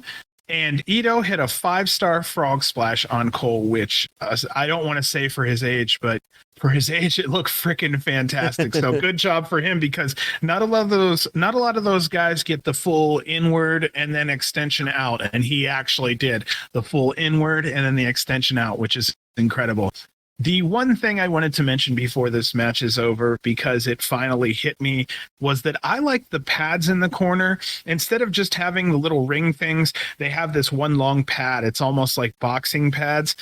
I think those are fantastic. If they would just put a platform on the top of those, like a good solid platform, then they would have, in my eyes, probably a great thing going on there, because I've seen so many guys get hurt on the buckles. And I mentioned this because I think it was Cole was thrown back first into a corner, and you see him hit the corner and he hits it, and then you can see him slide down it, and you can see blood just boom and just slide down, and it looked freaking awesome. But I've seen too many times where like Sting and several others have been hurt and a buckle bone, stuff like that. So I just wanted to mention it real quick to say I actually like those pads in the corner, and I wish they'd bring them here, because I'm thinking there would be less injuries. Yeah, I don't mind it. Like, I like the look of it, and as you said, it looks really cool. I just think it kind of hurts, as you kind of mentioned, it kind of hurts the high flyers because it doesn't really give them any space to put their feet or anything. And I just remember when Impact brought in that when they had the six-sided ring, I remember a lot of the high flyers would say that it took some time getting used to, because the angle, it wasn't like a 90-degree angle between the buckles. It was a little bit wider. So when they put their feet on the ropes, obviously to keep their balance, their feet had to go in a different position a while to get used to that. And I've kind of seen that kind of come into play when I watch some of the New Japan shows and stuff like that. Like, I just remember the one is like Kenny Omega was holding Naito and slipped, and like they were standing both on the top about to do a superplex, but Kenny Omega was closer to the outside. He slipped, and then as he slipped, he just drove Naito's head like right into the corner of the pole because his foot off of the pad. So I there's give or take. I don't mind it. I don't care either way. I do like seeing it. Is aesthetically pleasing. It's as kind of like we've seen throughout the UK shows and through this show. It is kind of nice seeing different things in the ring, different styles, different everything. Like, I don't mind seeing the buckles every once in a while. I don't have really any preference in it, but that's just the one thing I just seen a couple times with those turnbuckles as a negative. But as a positive, as you said, it's going to be a lot more safer. There's a lot less space for whiplash and stuff like that, because there's no space in between the buckles. It's just one big long bar. So that does take away too a little bit. I know it does kind of take away because there are some moves where, somebody will miss running into a corner and spearing someone and they'll go through the ropes and hit their shoulder on the pole, something like that. There's always workarounds. It's not that big a deal. I don't mind seeing it either way, both good, both on or normal, because it just adds differences. And obviously it makes the wrestlers adapt and do different things, which I'm all for seeing. Our fourth matchup of the evening is another death match as Takeda goes one-on-one, this time against Slack. And right away, I just knew this was going to be not a disaster, but a disaster for the ring with all the stuff that's going to happen to it with the glass, these two competitors' blood. I just knew this was going to be an insane match, and holy shit, was it. This was probably the bloodiest match of the three cards that they had this night. What was your thoughts on this match? This was okay. So I was realizing in the first 30 seconds that they were aggressively going after each other. I thought it was almost grudge-like. Both men ran immediately for the glass and started throwing big amounts of tubes at each other. It was insane. Both men start cutting and stabbing each other with scissors. And I do mean full on taking it in their hands and controlled poking into the guys' heads. It was nice. Schlack is a vicious fucking beast was something I just wrote on here. Both men are bleeding a lot before minute 2 has even hit. Japan had some long light tubes. That's something I wanted to mention also, because I don't know if I'd seen that in any other country, but holy crap, Japan has these 7-8 foot long tubes that I feel like they just wouldn't make sense to have in any situation, because if they fall or break, it's huge. Yeah. The left half of Takeda's face within probably the first 4 to 5 minutes was completely red. He just completely. The number of tubes is maybe 3/4 of the tubes we watched in last night's main event. So I'm not kidding how much went on. This wasn't even the main event. This was just the tube show. I don't know. Schlack put maybe 10 chairs stacked up like a log cabin, and he ends up getting thrown out and onto the chairs. And you literally see he hits these chairs and they just spread. It's hilarious. It's like if you hit a bug and it splatters.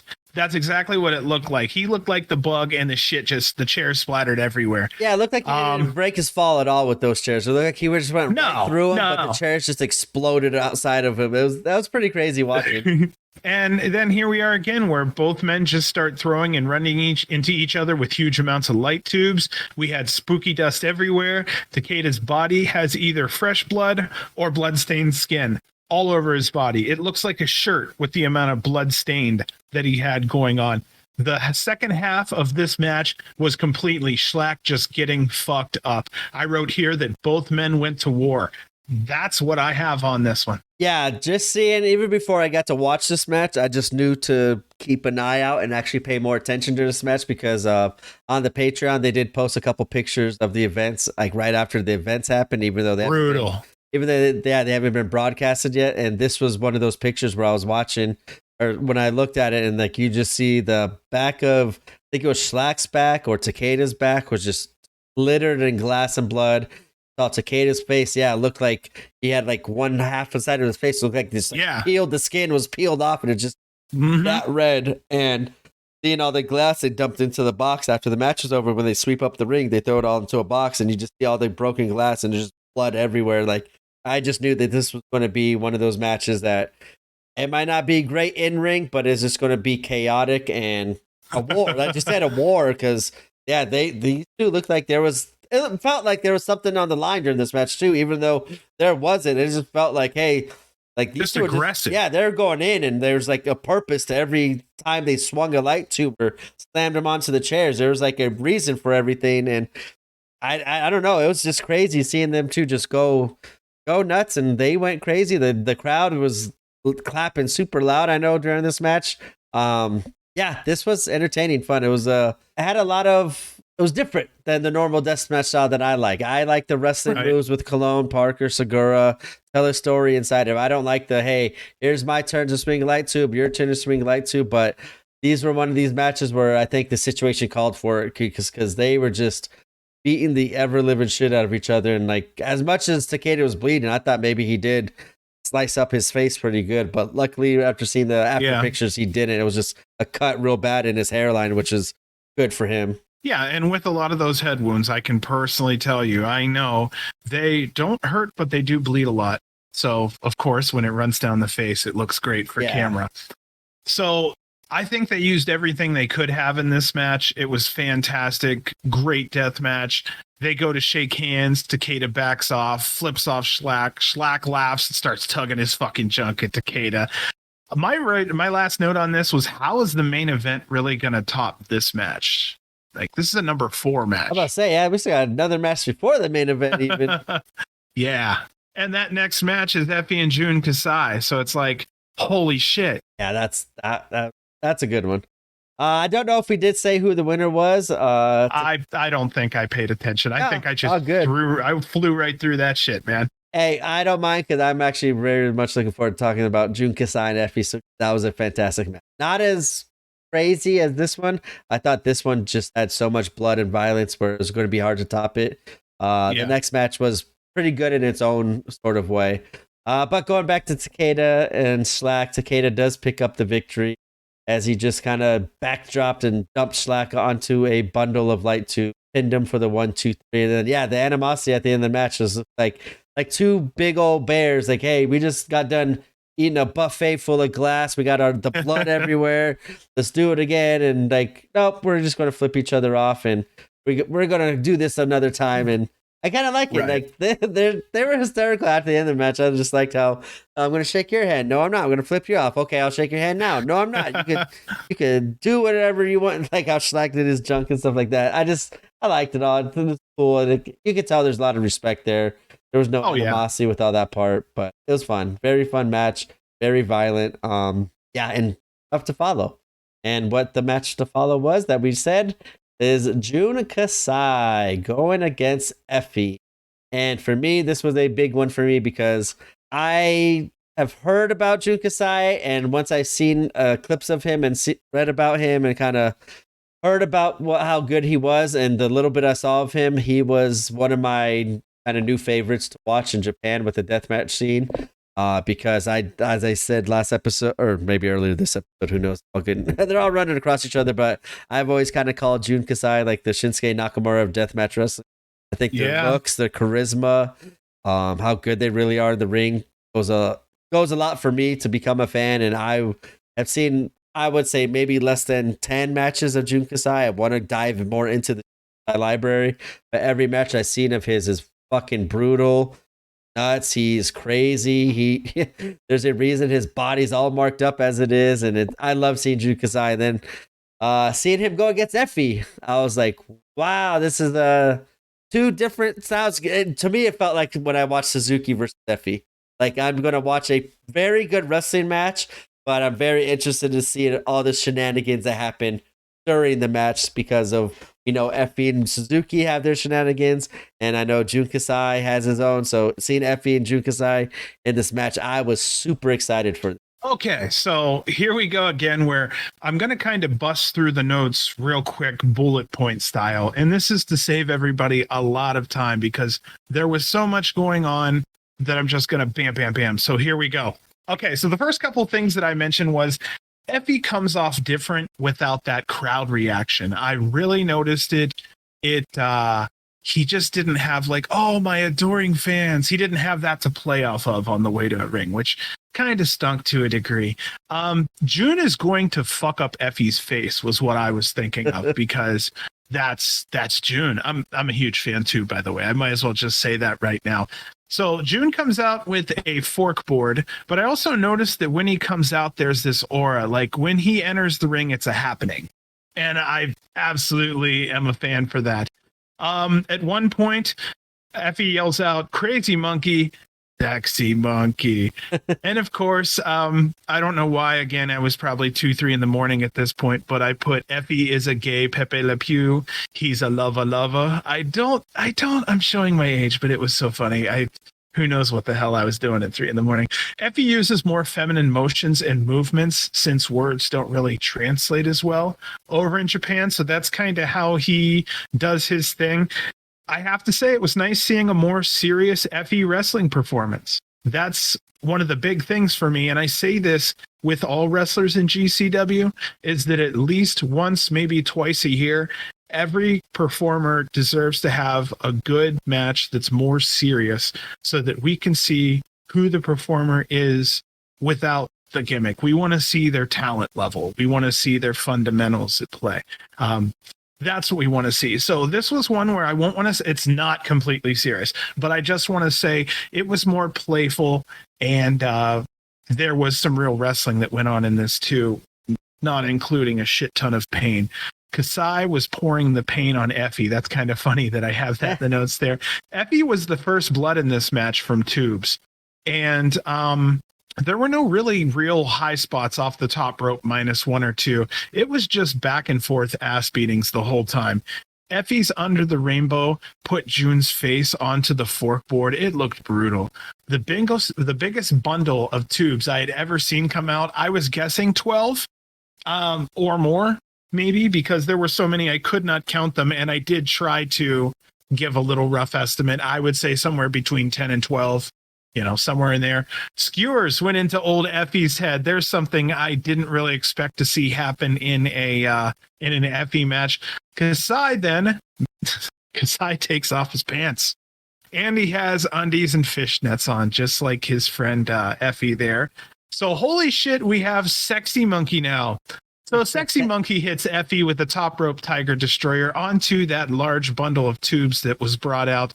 Sexy then inserts fork into his own head, and it was just standing there, Abdullah style. Sexy goes up, goggles on, and jumps down onto Effie, who's underneath a pile of tubes. That right there makes Jun Kasai the winner after he drops Effie on a board of forks. That was everything that went on in 12 minutes, and that's just what I'd written down. There was a lot in between. These were just the noteworthy spots. Yeah, the punishment that Jun Kasai put Effie through, I was just waiting for MLJ to hop on a commentary again and call be a pain pig, because Effie was taking a beating during this match, and I just love seeing Effie. As you said, when it's time to get serious, he gets serious. And like the match with Suzuki was one of my favorites of Effie, because like Suzuki obviously was like, hey, I'm not playing with that stuff. I'm here to wrestle.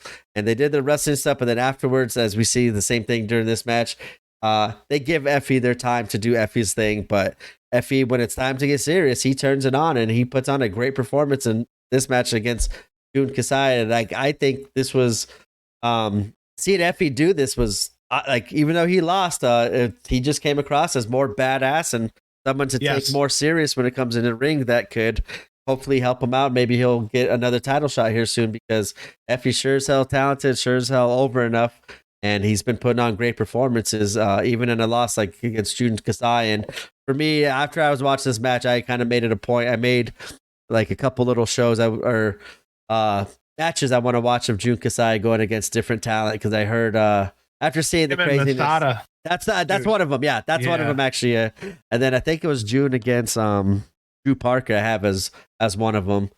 But I want to see Jun Kasai way more often. I know he's they made mention to it on the GCW Patreon podcast, where we probably won't be seeing him again in the States, because at his age and how much pain it probably is to, as you said, the long flight all the way over back to the stand. Jun Kasai is at the point of his career he doesn't need to. If a company wants to have him, they will come to him. He's not going to come to them. So after hearing that, I actually went back and rewatched this match just to kind of see, like, hey, this might be the last time I get to see Jun Kasai on GCW screen. This match with Effie was fun. Let me go back and replay it again, so that way I can watch it and hopefully be more prepared and be more aware of his moveset, his style, and everything, and all these other matches that I want to now watch him in. Effie, I loved it. I loved how Effie just took the punishment, but he never gave up, just like how he always does. Effie's fine. Effie's like, I just love how Effie just played off on this, because it was a great match. I was entertained, and I know it probably wasn't the best Jun Kasai match we've seen. Jun Kasai told an excellent story. His facial expressions, the crazy eyes that he has, the hair. I loved when he took off the pants and showed Sexy Monkey. Like, I just love that. That's the cool storytelling. I'm like, hey, that's where you could fit it in, where it doesn't take away from the match. adds to the cool spot of that match. And yeah, when he hits the drop on Effie for the 3 count, it was fun. I very much enjoyed this match. I like I said, I went back and rewatched it a second time after hearing the podcast a couple days later, just to be more aware of Jun Kasai and be more prepared of what I'm going to watch on the more matches that I haven't seen from him. His incredible library. I've only seen, like I said, less than 10 matches fully. So yeah. I am diving into it. Fun match. Jun Kasai picks up the victory over Effie. Definitely fun, entertaining. And that will lead us into our main event of the evening. Is a 6-person tag match. Mega Bastards, Alex Colon and John Wayne Murdoch team up with Rina Yamashita to make a kind of another team GCW kind of feel, going against ERE, which is Drew Parker, Huda, and Violento Jack. And yeah, I was just ready to see what kind of more violence and fuckery could happen, because we've already seen 2 nights of it.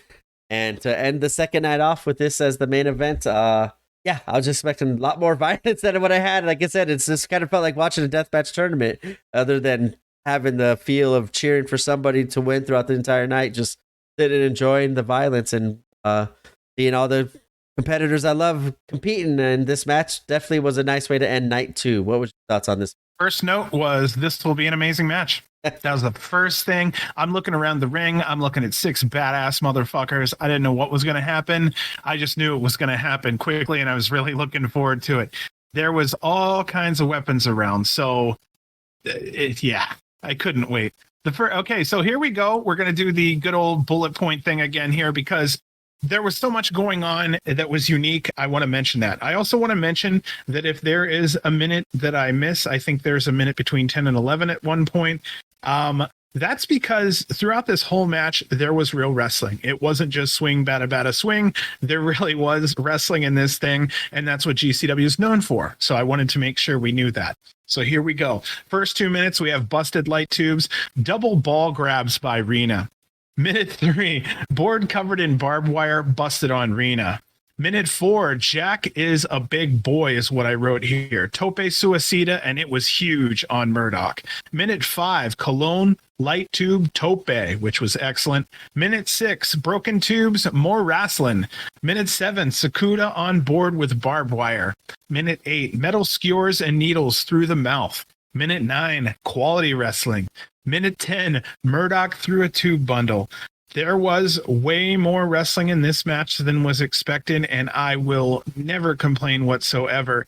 In 11 minutes and 53 seconds, our winners were the Mega Bastards. Cologne went up to the top rope. He did a Styles Clash on Sakuda through a light tube bundle. Holy shit. Go watch this match.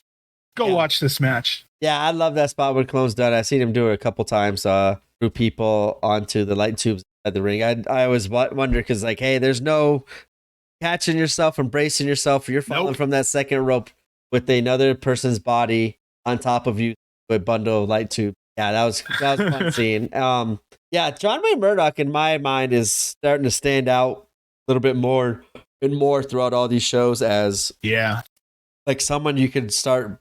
If Alex Colon does decide to take a break, I think John Wayne Murdoch has proven it where he can still go. He can still put on great matches. Hopefully we don't have to see him wrestle as much as he has in years past until he got to GCW with wrestling 200-300 death matches a year. But he's definitely, to me, like, this is the one part I've watched over these last 2 weeks, but like 7 shows that they did, where John Wayne Murdoch's now turning into a GCW guy, and it feels kind of nice seeing him not treated as the outsider trying to come in and step up to the big leagues. He has earned his way to the big leagues. He is here, and he has now proven that he is here to stay, with or without feuding with Alex Colon or teaming with Alex Colon. I definitely wouldn't mind seeing, whenever they do decide to take the belts off these two, seeing Murdoch kind of go right up there against the more SGC folks one-on-one, seeing it maybe against some match against Nick Gage would be incredible.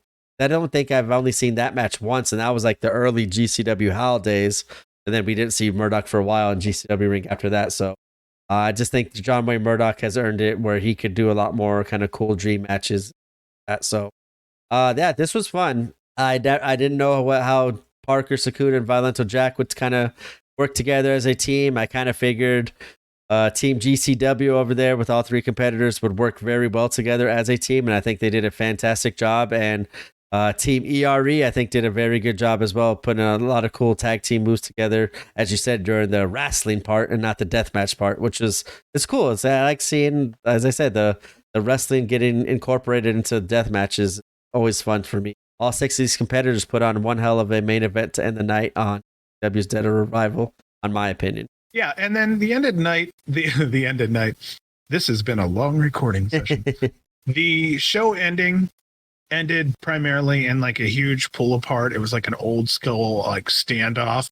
Rena came over to the GCW side, so she both companies. Oh yeah, and it's exciting because you're like, okay, Dynamite's about to explode. My favorite guys are in the ring, and these fucks want to attack them. You know, that's how kind of the feeling you get there. When it's all over and there's a little bit of a pull apart, and we have a little bit of a tussle, GCW talent's left in the ring. They celebrate a great tour of Japan. The show ends with GCW chants from talent and high applause from the fans. So I think that's about as good as it gets over in Japan, considering the situation. Everybody seemed to be happy. The fans were happy. The show was freaking off the chain. There was very little downtime. Yeah. And I kind of like at the ending, as you said, during that whole standoff and stuff like that, I was kind of not shocked or surprised, but I thought maybe go a little different. But if I'm not mistaken, Drew Parker did not go to Team GCW side. Did you see he walked off? Yeah. He walked off quietly in the background. That's where I was just like, man, like maybe they could have teased a little bit more of Drew Parker holding whatever belt he's holding. I honestly don't know. I think it long-term storyline with the Rena holding the belt, standing there in the middle, and Rena changing teams on Drew Parker and saying, "This is my new home now. You should come join us." And Drew's like, "No, I'm here now. This is my home." Like, I thought that they could have done a little bit more with that instead of, I don't know who that person was, to be honest with you, in the middle that kind of started doing all the talking, that started it all. Kind of started the whole pushing and shoving back and forth when the lines were drawn. I kind of wish that would have been kind of Drew's moment to say, "Hey, thank you GCW fans or GCW people for coming here. You kind of see now what we have," stuff like that. And then Rena's like, "Hold on here. I'm not one of you," and then kind of going over there, kind of causing like a, "Ooh, she turned" kind of moment. I don't know. I thought that would have been a lot cooler than kind of what did happen, but for what it was worth, it was a great 2 nights, and I can't wait to watch the third one here after we're done recording, kind of see what happens on night 3, see if maybe that story kind of got told further along that I'm not aware of. But I could kind of see maybe, as we were talking about someone who might take the belt off of Yamashita, Drew Parker. That would be kind of a nice little warm-up belt. Not a warm-up belt, but no, he was the Ultraviolet champion before. Actually, I think I'm mistaken. I think he was the Ultra. No, I'm thinking of Takeda. My fault, Takeda. Anyway, I would like to see Drew Parker start wrestling in GCW for some GCW gold and start kind of keeping him on our roster a little bit more frequently than just when we're on tours out, or just for the death during the tournaments. What? Actually, hold on. Where are we at here? Oh, that was a main event. Okay. So yeah, main event, GCW Dead or Revival, very fun match. Team, who won again? I totally forgot. As you said, it's been a long day. You're good. No, you're good. What happens? Okay, so what people need to know is we actually share notes together so that if I need to make any adjustments or he does, we can kind of look at him. So I'm kind of erasing as he's trying to explain what's going on. So there you go, bud. I'm so sorry. No, That's it's my all fault. good. It's like I said, it's been long. You're getting a little tired there. Mega Bastards and Team GCW with Rena Yamashita do pick up the victory over Team Yari. But sorry. No, you're good, man. Like I said, I had like 4 different thoughts going in my mind, and we've been recording a lot, playing catch up. So it does feel kind of nice to be almost caught up. We can enjoy this weekend to watch Fight Club, and then we're right back into it, recording, playing catch up again, covering GCW's Fight Club Night 1 and JCW versus the World. But for Night 2 of Japan, GCW's Dead on Arrival. Another very fun and entertaining show. Not the typical GCW show, but I do not mind it because all the violence does make up for it. And that's where it really does feel like a old school GCW kind of card, because you got a lot more death matches than a normal one-on-one non-death match. It was very nice seeing the 2 different contrasts of styles between nights of cards, and it's been fun. What was your memorable moments of the evening? Okay, the memorable moments for me, first off was this show had longer matches than the previous show. So I'm very thankful for that. And I don't know if that's a memorable moment. That is a moment, though, worth mentioning. First time for me seeing T-Hawk, El Lindemann, Ryuji Ito, I'll go for it, and Sakuda for the first time. The spirit of Abdullah is going strong. I was happy to see that that's there. Tanaka and Kasai made my evening. Yes. Just them appearing was a big deal for me. Schlack versus Takeda was a bloodbath. The 6-man main event was Controlled Chaos. And lastly, Sexy Monkey. I can't unsee it. I like it. We always get the different variants of Effie. Now we got a different variant of Kasai. Yeah, right? Crazy Monkey to Sexy Monkey. I like it. All it took was fishnets. And Effie. Usually that's what it takes. Right. No, I loved it. My memorable moments was, I like seeing Tanaka and Great Sasuke back in the ring, GCW ring specifically, even to them kind of be in there was kind of cool seeing.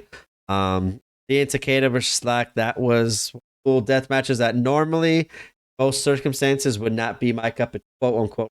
The violence that put on each other definitely made where I enjoy. And for me, seeing Jun Kasai going against Effie, that was amazing. I have way more I've seen. Every time I see Jun Kasai, I want to see more of him, so I will dive into the Freedoms and whatever other companies I has wrestled in, because I very much enjoy him, and I just much enjoy him watching him in Deathmatch Wrestling and seeing him in GC, which is always very. And that will wrap it up for episode. What number did we say? As we said, it's been a long day. I think it was 26 or 27. I think this is 27. Yeah. As we did a double dose of episodes. It's been a long one, everyone out there. So please bear with us here. We crawl to the end. We're scraping and crawling. We still got actually one more Japan show to watch before we start covering. But that's literally happening right now. Yeah, that's happening right now. So we will. Yeah. We're excited. We're excited. We're edgy. We're tired. We will Friday night. Right. We will throw that on. It will be an episode. And as you saw, if it kind of has the same format as these two, it might be a way shorter episode. Normal, which is fine for us at least, because then we could kind of take a deep breath, soak all in everything that happens at Fight Club night 1 and night 2 and GCW versus the World, and then hop right back in podcast and reviewing next week and trying to stay on schedule. I have to play catch up, but it has been fun reviewing these shows because a lot of stuff that you caught that I totally missed. I enjoyed hearing that. As you can tell, when I get tired, I lose focus and don't pay attention as much like is happening now. So it has been fun though. So I very much appreciate all you guys out there listening. Thank you for being understanding of us. John, thank you for giving me a lot more information than what I've normally had in the past. It could be all made up. Shows, yeah. All right. Didn't you see that shit? Yeah, Tiger came out mid-match. But it has been fun. So yeah, we will be recording the GCW Japan Tour, the War Ready show. We will be covering that tomorrow as it's happening right now. We will be enjoying Fight Club, and then right back next week, we'll probably be, as the week goes on, we'll probably be releasing. I might even release the War Ready maybe Sunday. We'll give a little extra treat on Sunday. Just throw out a quick little mini show, kind of covering kind of like how we just did now. Each show is about 30 minutes when we cover them because of the lack of commentary, storytelling, continuous stuff that won't be really happening. What happened here back when they get home in the States for Fight Club. But it's been very fun covering these shows. Can't wait to cover Fight Club and the GCW War Ready. Is there anything else you want to let the fans know, John, before we head out of here? Probably unsuccessfully again because we were both exhausted and tired of talking. Say your prayers and eat your vitamins. I am. I'm going to cancel here. All right. I don't know, man. That's what came to mind when you asked me. On behalf of myself and Mr. John J. Wolf, that will be it for GCW Plant Podcast, episode 27. Double review of GCW's Dead on Arrival and Planet. Go ahead. Planet there it is. Oh, I had to see it. I had to run my note. I wrote PD. I'm like, oh my God, I'm so tired. What does PD mean? That's okay. Yes. Thank you all out there for listening. We'll catch you next week, and we bid you adieu. Long live GCW. Planet Death. And for part 3 of GCW in Japan, we have GCW War Ready. And just as always, Mr. John J. Wolf is with us tonight. How are you doing tonight, John? I'm still doing great. Let me tell you, I'm ready to go again for another one, man. How you doing? Doing all right. So if you are listening to this, we are adding this on at the end. I know we had an ending on the second episode, but some last minute changes have happened. So we're tacking this on and making it a triple threat, a triple header in Japan. And we are covering GCW's War Ready. So before we head into the card, I know you have some pre-show remarks, John. Do you want to hop into those? As an old school music fan, I have to say I really love the opening with the Tupac music. Kind of cool to listen to. That was really why I listened to the lady in the beginning, was just to hear "Hit 'Em Up" from Tupac. That was all. Just wanted to mention that. I've heard it 3 times now. It's not a mistake. I freaking love it. Yes, it's been fun. These shows have been fun. Whenever I hear her voice, I always think of the lady that used to do the Pride shows. I don't know if you were ever a Pride MMA person, Japan. Not MMA, no. Oh, they had like this one lady that would always like do some or not crazy... Pride. Oh, not Pride. Okay, so there was this one announcer that always, when she announced all the fighters to the ring, she would just go crazy and like just drag out the name for like 30 seconds, which was amazing and awesome. So kind of hearing this lady's voice kind of reminded me of something similar, even though she didn't get as crazy as the other lady does. It was still nice to kind of hear a voice on the show other than the wrestlers in the ring, because as we said, this once again is being the last show in Japan. Once again, does not have commentary, and the crowd noise is still kind of withdrawn, kind of just held back just to claps only. So hearing another voice at the beginning of the shows was always kind of nice. And as you said, hearing the music too is kind of nice. I'm the same way with the Tupac music. I think that's kind of why I like Alex Colon so much, is just hearing the beginning of his song. I just always feel like I always feel like the mood changes in the room with like, oh shit, Alex Colon's coming out, it's gonna get crazy. But yeah, it's hard to not vibe a Tupac song either. Yeah, there's very few of those that I wouldn't be like, oh, why was this playing? We will head off to match number 1 of the evening, and once again it starts out pretty hot as Jordan Oliver teams with Nick Wayne, going against the team of Drew Parker and Jimmy Lloyd. And I was super excited for this one, just because obviously I like the team of Jordan Oliver and Nick Wayne, but to see them teaming up against Drew and Jimmy, I think that's a pretty decent team. But seeing kind of Drew Parker teaming with Jimmy Lloyd kind of made me question what kind of match we would get. Just because of those two are kind of known as the deathmatch wrestlers, but obviously Jordan and Nick Wayne are the complete opposite of it. So I was just kind of seeing or thinking as this match was starting, which way this is going to tend to. Are we going to get a little violent? Are we going to get a more technical in ring and stay away from the violence? Are we going to get a combination of both? And for the most part, this pretty much just stayed a normal one-on-one tag match with actual tags and stuff like that. So it was very cool seeing these two teams go at it in a traditional tag team match, and I enjoyed the living shit out of this match. What about you, John? Okay, so I have to say, I've been talking about the whole thing with Wayne and Oliver getting these outfits, getting matching outfits. I think they're a fantastic tag team waiting to happen, and it finally happened. So we had the matching bottoms, and then we had the shirts with the cut-up tassels, kind of like the Rockers used to have, and I think the Rock and Roll Express every now and then would rock those too. So beautiful throwback. I absolutely love that. What were your thoughts on those outfits? Anything? I had thought the exact same thoughts as you did. My two teams that came in my head was the Rockers and then Rock and Roll Express, just because of the way the shirts were for the Rock and Roll Express. But also the Rockers did come out with a very similar style too. So I am enjoying it. As you said, we've been talking about it and kind of asking to them if they want to kind of take that next step as a tag team to be kind of more unified. And in ring, they absolutely had it. They had the unification, the chemistry, everything in the ring was screaming amazing tag team. The only thing that seemed to be missing was matching gear, matching outfits, and we got it in this show. I think we had it in the last one too. I'm not sure. It's been all these catching up to all the shows are starting to go in my mind, but I love seeing it because it makes them seem more as a legitimate tag team and not just two people thrown together to just happen to have amazing chemistry. I think that's obviously how it started off as, but I think it's very smart of GCW and Brett to kind of capitalize on kind of how well they are moving together as a tag team and flowing in the ring, because I think every time they've been a team, those matches have been very, very, very good because those two just flow together. And as a tag team, it looks like legitimate. They know what they're doing. They've been doing this for a while. So I like their outfits because they add legitimacy to the tag team. Yeah, these guys, a similar height, similar body. Yep. You're right. They look good together.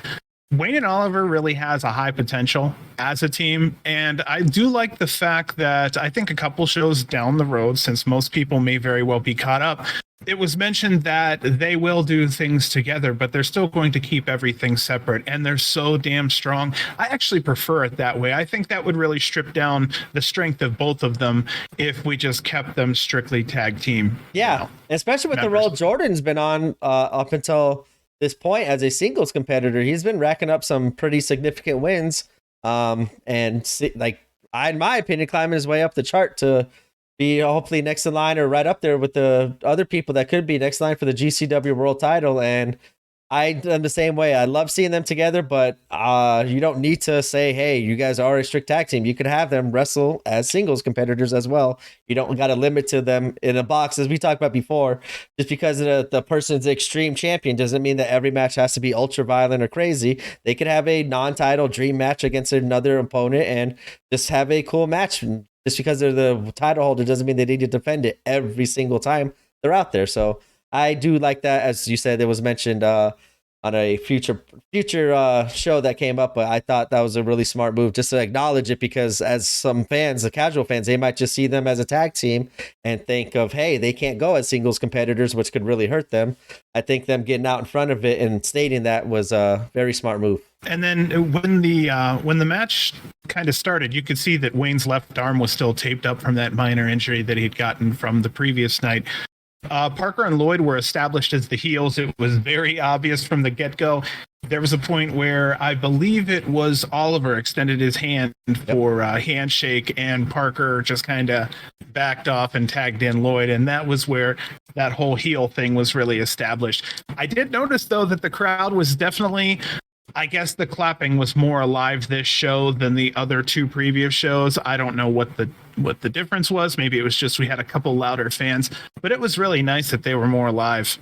Yeah, and I think this match kind of also brought the energy out because I know you kind of not spoiled it, but it kind of gave me a heads up when we were right after. Oh, really? You kind of no, you didn't spoil anything. You kind of gave me a heads up after one of our recordings when we're playing catch up here. Like, hey, did you check out the Jordan the show yet? I was like, no. Yes, You're like, oh, keep an eye out for Jordan's match, which made me think like, oh, okay, this is going to be interesting. And not only was I super excited to find out he was going against Drew Parker, because I love those two competitors. And as I said, Drew's not a quote unquote strict deathmatch wrestler. I love how he could just go in the ring and showcase he has great technical ability in the traditional kind of setting. And we definitely saw that here. And I loved how Oliver and Drew had a very great sequence to start off the match, as you said, and kind of started the match pretty high. That got the crowd hot behind them as well. And Drew Parker and Jimmy Lloyd worked together as a tag team as well. I just liked how I think Jimmy Lloyd had Nick. Yeah, so Jordan Oliver was on the ground. Jimmy Lloyd had Nick Wayne up for a suplex and kind of made him spread his legs a little bit. And Drew Parker went to the top rope and jumped over or through Nick Wayne's legs. And did a swanton onto Jordan on the ground. And then as that happened, Jimmy Lloyd turned that suplex into kind of like that corner pile driver that he does, and like pile drive Nick Wayne's head right into the ground. I thought that was just a great sequence and move by them, by Drew Parker and Jimmy Lloyd as well. And this match was fun. Like, it was super fun. And I think that could have a lot to do as the crowd getting a lot harder than we had the first previous shows. Okay, so about halfway through in my notes here, I wrote that Wayne and Oliver were really working well together and individually. I wanted to make sure I mentioned that because it's exciting when there's one or the other, really exciting when there's both. About the same time, halfway through, the rules broke down, and there were a ton of double team moves that were just fantastic. It's something to want to, you're going to want to go back and look at. And then lastly, I noted here towards the end that Parker and Lloyd were primarily there to elevate the Wayne and Oliver team. And I think they really did that in this match, because when I went to look back through my notes and I'm looking for the highlights from that side, I really wasn't seeing as many. So that told me that they were really out there being set up to make sure that those two look good. And I wanted to see, like, I'm looking how it was just to elevate Wayne and Oliver. I'm almost saying, though, looking at every person in this, I think every person stood to learn something from this match. And I think that's great, too. Yeah, I had no idea who would win because I know Drew Parker and Jimmy Lloyd are very over in Japan. And as we know, like, there was not really any storytellings or anything, so it didn't matter who won or who lost. But I was actually like, as this match was going, I was like, I wonder who they're going to have win, because I think Jordan and Nick could obviously get as many victories as they can as a team to kind of help solidify themselves. But I could absolutely see Drew and Jimmy winning just because they're super talented and over in Japan. And what a way to kind of get the night started by making the fans happy and giving Drew and Jimmy the win. But I think, as you said, they were so loud for Jordan and Nick that I didn't think they care who won because it was such a great match to start off the night. It wasn't long. It was a pretty short match, but just seeing Drew Parker in there and not having to touch a weapon is kind of like how I originally stated is when I first kind of saw him and liked him. I was like, I didn't even see him do any deathmatch stuff. And I was like, he's incredible in the ring. And then, like, I think it was like the next show, he's in a scramble or 4-way deathmatch and just getting bloody and with all the lights. He was like, what? I just saw this guy just have a regular match the night before. How can he do that? And like, he's talented. He's just talented no matter what he does. So I loved it. This was a great start to the night. And Oliver and Nick Wayne do pick up the victory as they hit to double clout cutters for the victory. And yeah, it was fun. Very fun night. Or fun match. Great foot forward as a team. Yeah. No, it was really good foot forward as a team. I hope AEW is seeing what these two are doing. I think Jordan will eventually get the call up. I just don't know from who or from where. But at the end of this, fan gave heavy applause for both Wayne and Oliver, as they should. Let's see. Is there anything else I can really say about it but fan-fucking-tastic? Every time, here's this weird phenomena I think I talked about once or twice before. Anytime Wayne is in a match or Jordan is in a match, it's like, I'm so happy to watch the match I can give a shit who wins, unless the match was really important for a championship reason or championship run. Yeah, and I felt that way a lot during a lot of these matches, just in general over the last couple months that GCW has been doing, because they're just putting on awesome talents together, great matchups together, and like, I haven't really had any rooting interest other than just let me see an awesome match, and I've been getting that. So I definitely came out of a lot of these matches and shows very entertained and very happy because, as you said, that phenomenon of just like, hey, I don't care who wins. I know I'm going to see some greatness right now. Let's just sit here and enjoy it. And whatever happens, happens. As you said, unless there's, hey, this is the number one contender or a title match or something like that. But it was fun. Seeing these four competitors, I was all for it. And I'm kind of glad they didn't get any violence because, as you said, Nick Wayne and Jordan kind of aren't those style wrestlers, but you just never know with Drew Parker and Jimmy Lloyd where they get tired of following the rules and want to bring out the violence and get the blood going. So very fun and entertaining way to start off match 1 of GCW's. And that will lead us into match 2 of the evening as Effie goes 1-on-1 with Kikutaro. And yeah, after following that first match and seeing how great the in-ring action was and how smooth and solid and great as a match in ring it was, I was like, okay, I'm ready for the comedy in this match. This is going to get out of hand. This is going to be pretty silly. Let's just watch it. And boy, was I right, but boy, was I wrong as well. Because yes, this match definitely had a lot of silly stuff that happened during the match, which is fine. It all made sense. It made it that much more entertaining in my eyes because these two obviously are just, Effie could do the serious, do the comedy, whatever. Kikutaro, I've only seen him do serious, but when it came down to actually wrestle in this match, like, this was the best. I've seen Kikutaro probably at least 20 times. This was the best Kikutaro segment, match, whatever I've seen him in, because not only was I just dying laughing, but I was kind of not blown away, but surprised how effortless he had a good match with Effie. And it was a nice change of pace to see Kikutaro have a fun match or have a good match while having fun during it. So yeah, this match ended up sneaking up into one of my favorite matches of the weekend. Okay, so I remember that right after I finished watching this match, I literally wrote to you something I've never written about in a match before. I said, that was an awesome match. The ending was cute. Now we'll get there eventually, but I really did think the ending was cute, and then I laughed my ass off. Okay, so I love Kikutaro. I say the name Kikutaru so much that I call him Kiku from here on out. I've tried to retrain myself. For some reason, that's just what it is. Okay, I'm going to say it loud and proud. I'm really happy about it. And again, I like Japan style Effie. I really do. He has such a propensity to do cute and happy things that can pull on people's hearts. And he can do these things that I think do cross over wonderfully for families and kids when he sticks into that atmosphere. I'm not saying he has to stay that way. I'm just saying, like a wrestler having a serious match every couple months or every year. Yeah. So I think that having a nice fun match, even just for kids, would be absolutely just cute. And this one was more fun than it was sexual, and that really was. I'm not being a prude. It was just, I smiled. And for me, sometimes I like being a kid with this wrestling shit at 42 years old. I still feel like I was having so much fun. And yeah. So I'm so manly. Yeah, but it was cute. Yeah, they played so perfectly off each other. And I knew Effie was charismatic.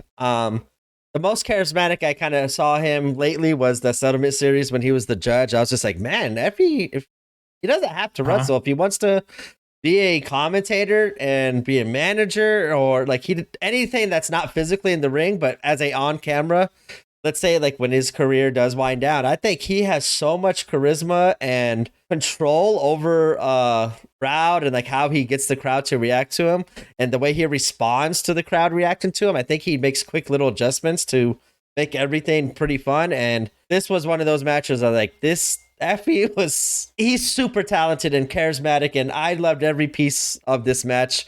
As you said, it was fun. It felt like a kid, and I just loved how Effie went to do his drop down spot on Kikutaro, and then like ends up pulling out a bunch of money and pulled out like a 10 or something or 5 at first. And Kikutaro's like, what's this? Like, my hand's a little light here. Give me some more. And then Effie pulls out a couple more dollars, and Kikutaro's like, hold on, I could get some more money. Let's keep on going. And then Effie pulls out like this giant like bank stack of money and hands it to Kikutaro. And Kikutaro's like, okay, I'm good. And then he has like a handler on the outside and gives all the money to the handler. And then he's like pointing to the handler like, hey, don't touch that. And Effie's just sitting there, okay, I paid for this, give it to me. And then Kikutaro's like, no, you don't get it. You get my hip instead. So I loved this. Was, as you said, entertaining, fun, felt like a kid. This is what wrestling kind of should always have in between, like a super talented match, as we just saw before, the technical abilities. And I think right after this match, or right afterwards, we get followed by blood and violence. So right away in 3 matches, we've seen great technical,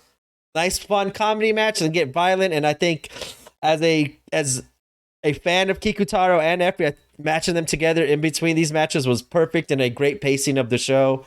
And yeah, these two definitely killed it with the comedy spots and with the in-ring action. And I would say with both of their facial reactions, but Kikutaro always has the same facial reaction. So I guess that's kind of a moot point. So I have to do this only because there were so many of them, but it was such a comedy match that I went back and wrote down a lot of the comedy spots. So I'm just going to kind of spitfire these real quick. The match started the fight, and they started kind of fighting like kids. Yep. And which eventually they started to kind of like slap hand fight, and they tried to get the ref involved, which didn't happen. Effie grinded on Kiku when Kiku kind of had him held up, and he goes over to the rope and he's kind of covering his dick, and he's like, he liked it. And then Effie tries to grind on Kiku pretty much every way that Kiku holds him, from the front or the back. And something I'd never seen from Effie walked the ropes. Yeah. Have you seen that before? No, I've never seen Effie do it. Oh. Yeah, that was the first one for me. Also, hearing Effie with his southern accent going, "Where's my damn chairs?" Go back and listen to that. It's very rare to hear that, but every now and then that southern comes out, and it was kind of fun to hear. Mini chairs had come out during this. I don't know if anybody, the little mini chairs, and they start to fight with them. And when we're saying mini chairs, we're talking the size of a card, like a playing card that you play solitaire or war with. It is that size of a metal chair. It's fantastic visual seeing them kind of fight with the chairs. So then they take both of these chairs and they start to kind of fight with them back and forth. And then they go to sit down on these chairs because they figured that they were going to kind of do a back and forth fist fight, a good old brawl like you'd see, on some of these other tough guy matches. And they go to sit down and they basically break both of the chairs and hurt their asses, both of them. Cute boy is what you hear from Kiku because he wants to do a low blow on Effie. So he tells the ref, cute boy. So of course the ref turns around and tries to look for this boy that's out in the crowd. And you can see her kind of look and shake her head no, like, nah, and then turns back around. By that point, Effie got hit with the low blow and then turns around and Kiku gets hit. Wait, I might be saying this wrong, but Kiku gets hit. And he's going, oh, my balls. And it was great because it sounded like I'm kind of saying it. It's great listening to someone yell it through the mask. Yeah. And he does a little dance with it, too, which I thought was hysterical. Yeah. And then he's down there and he notices someone's behind him. So Kiku go ahead and he kicks behind him trying to hit someone in the balls and he accidentally hits the ref. So he's like, oh, shit, because he sees that Effie's standing in front of him and Effie looked shocked. So, of course, Kiku turns around and goes, oh, you couldn't have felt that because you have no balls.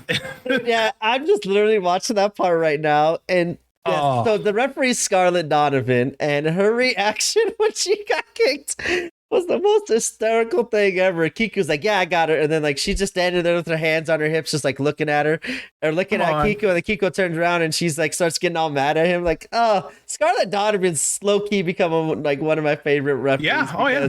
She's been adding a lot to these matches, even when it's like comedy or serious or pretty much any match with Titus Alexander. She's finding a way to be a memorable referee while not taking away from the action. And this match was hysterical because of stuff like that. Spot in that same area there, she actually slaps Kiku and then turns around and just a little bit, just a couple seconds later there gets Effie and she's standing there and both of them are pretty much like telling the fact that they just got freaking slapped by her. Yep.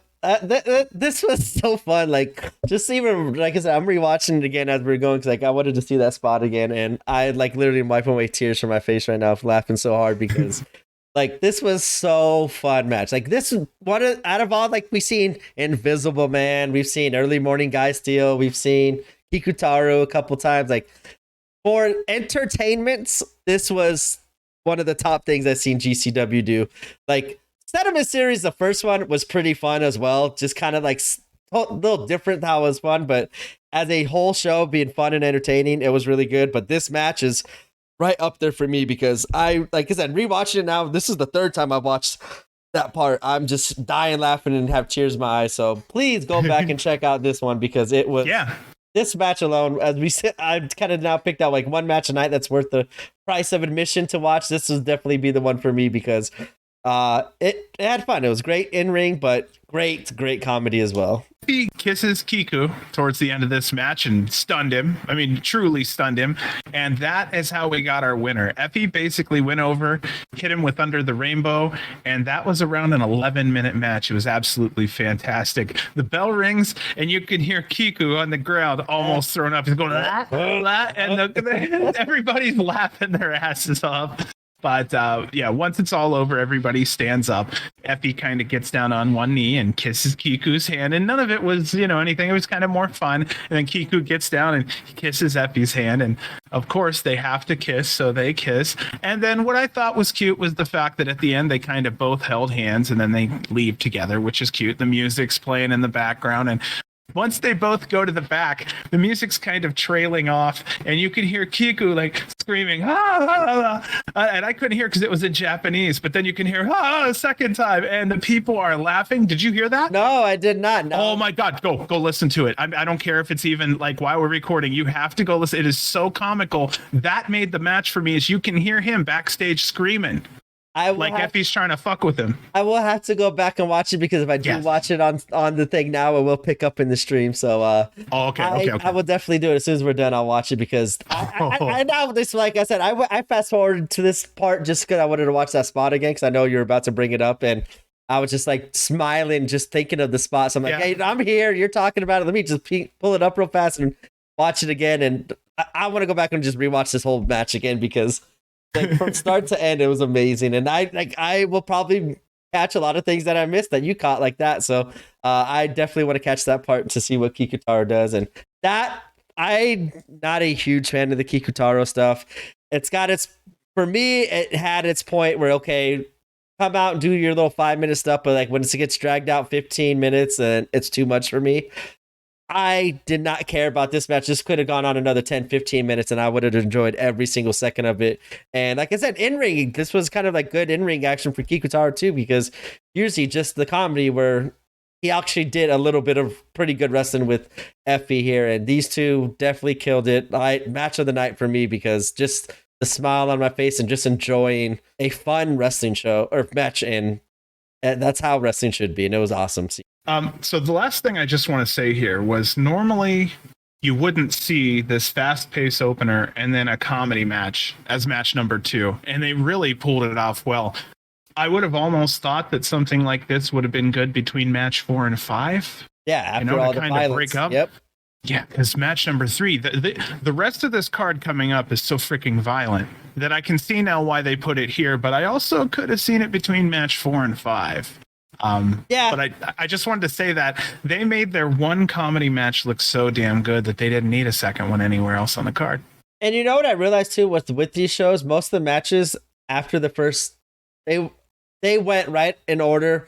If it was a death match, like at some point, the rest of the matches were going to be death matches. Because like I forgot to make a mention like in the ring, like how clean the ring is. But then after the first death match, you still see a lot of the pieces of glass and everything still in the ring. Even after like they kind of sweep it up and stuff like that very quickly, but there's still so much left in that ring where it just like it's littered throughout the whole ring, which is kind of cool scene, but it's kind of also crazy thinking about if I'm in later on in the night, how much glass is still going to be on the mat before I even get to bust a light tube and have to be aware of and stuff like that. But it adds kind of the whole ultraviolet kind of thing where what's a little piece of glass going to do if they're both just slamming big pieces of glass into their head. So I didn't mind it, but I do kind of like seeing that little visual on the Freedoms ring that they had, because to me, it made it look pretty cool. And this will go into our third matchup of the evening, as it is a tag team death match, as Sasaki and Miyamoto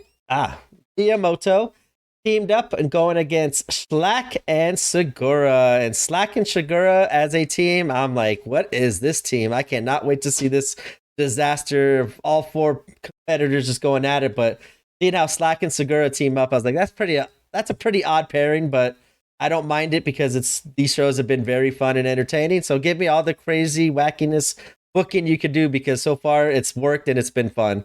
So heading into this match, that was where my thoughts were like Slack and Segura. Let's see what happens. What was your thoughts on this match? Okay, so Toru has a great personality when it comes to working with the crowd. He really plays up to the crowd well. I liked how he came out bad boy style with his GCW shirt, and you hear him going GCW, and he's trying to get the crowd kind of, like, hey, here's what's going on. And I laughed at a point where Toro was in the wrong corner. He was trying to get tagged, and Schlack actually had to go wrong corner and took him over to the other and tagged him. Did you see that? Yes, and how bad does that have to be where Schlack is playing the in-ring general on a tag team match? Like, that's what stuck out to my mind. Is like, what is Schlack telling anybody to do anything? Because normally Schlack's just like the big meathead that comes in, causes violence and wrecks shit up, and then leaves everyone happy. And seeing him kind of being like the more vocal kind of person to say like, hey, you need to go over there, Toru. I was like, who are you, Slack? This ain't the Slack that I know. He must have during that time away. He must have dove into the GCW rule book and learned all the GCW rules, because he's helping out Segura here. Yeah, that flight probably is where he got a chance to read, 14, 15, 16 hours worth of reading there. You can't see Slack just putting on his reading glasses and enjoying a nice book about rules on a 16-hour flight with the little pillow, the neck pillow, and enjoying it. I see him enjoying some tea and everything else like that.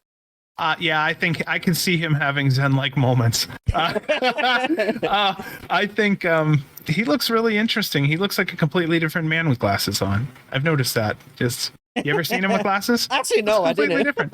Yeah, go look that up when you get a chance. There's probably an interview out there somewhere on YouTube. You might see it. Okay. But yeah, Toru is very vocal, and I really love that in a lot of wrestlers. I say that about Kevin Owens. I say that about quite a few guys. If there were more wrestlers who did that, the more fantastic it would be, because it brings this interactivity to the crowd.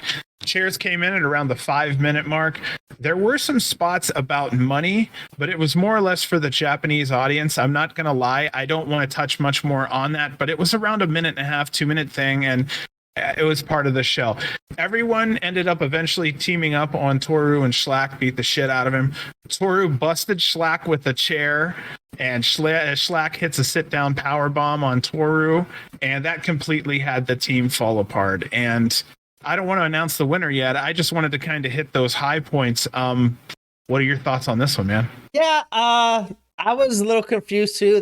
We see two competitors come out. I'll be honest, I didn't catch who it was. We don't have commentary, so I didn't really hear who it was, but they didn't look recognizable from the last couple episodes or last couple shows from Japan. So I honestly had no idea who those wrestlers were. Like, yeah, they came out and kind of like helped out Schlack and Segura for a little bit. And then, yeah, I don't know. It was a little weird, that part, but as you said, it must have just been for the Japanese audience, which is fine. Like, hey, give them their little Easter eggs and stuff like that, because they're the ones at the show, and you gotta entertain the fans at the show first before you entertain the fans at home. So like, I just didn't understand what was going on, but it didn't take anything away from the match for me. It was just like, oh, I don't understand what's going on, but it, like I said, they went right into it. It seemed like it was obviously a part of the match and planned. So whatever they planned for that spot, I hope it worked out. I just have no idea, but yeah, once I forgot, I think it was Miyamoto. Once he kind of gets back in the ring, it becomes way more serious, and it does look better. I do have to admit that he does look like he's a little bit more